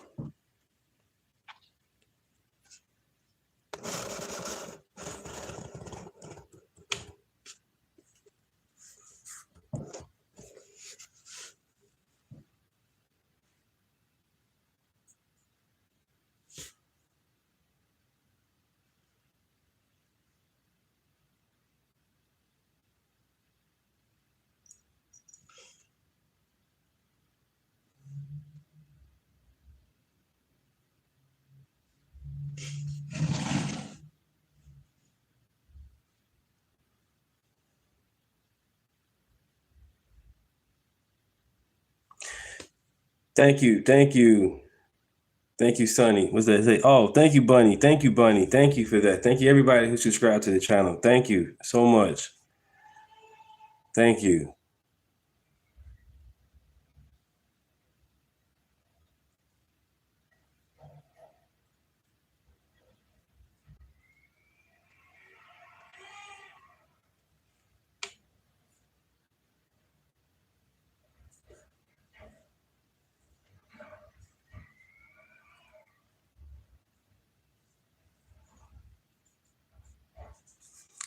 But yeah, you guys, I work the weekend shift. So I work Friday, Saturday, and Sunday, 6 in the morning to 6 in the evening. So if any time around I get off at 6 o'clock, if I need to go live, I'll go live for a shooting video to you guys. You know, keep you guys up to date because there's a lot of stuff going on out there. Oh yeah, man. Oh yeah, Black Neck. Oh yeah. It's always good to have good friends, man. Good fellowship, you know. Make your day go by good, knowing that you got some good people out there. Oh yeah, common sense. We're gonna bring it back. We got this.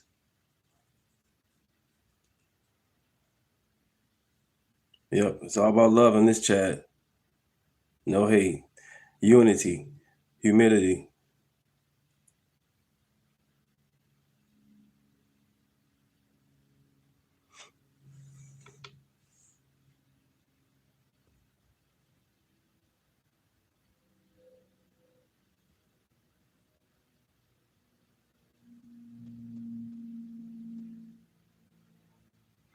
Now I work at a warehouse for now.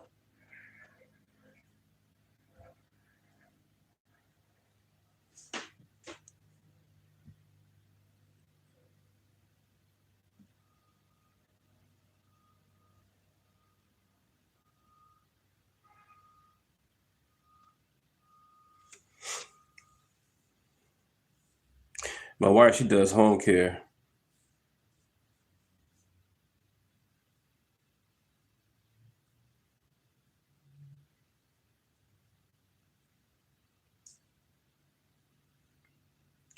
All right, chat. It's been 3 hours. I've been live streaming. I appreciate you guys. Make sure you guys like, share, and subscribe. Hit the all button. Sometimes I don't know if YouTube is going on. They be not letting you guys know that we uploading. Some people get it, some people don't. I guess they got their own algorithm how they do it.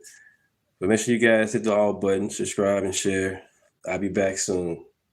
Thank you.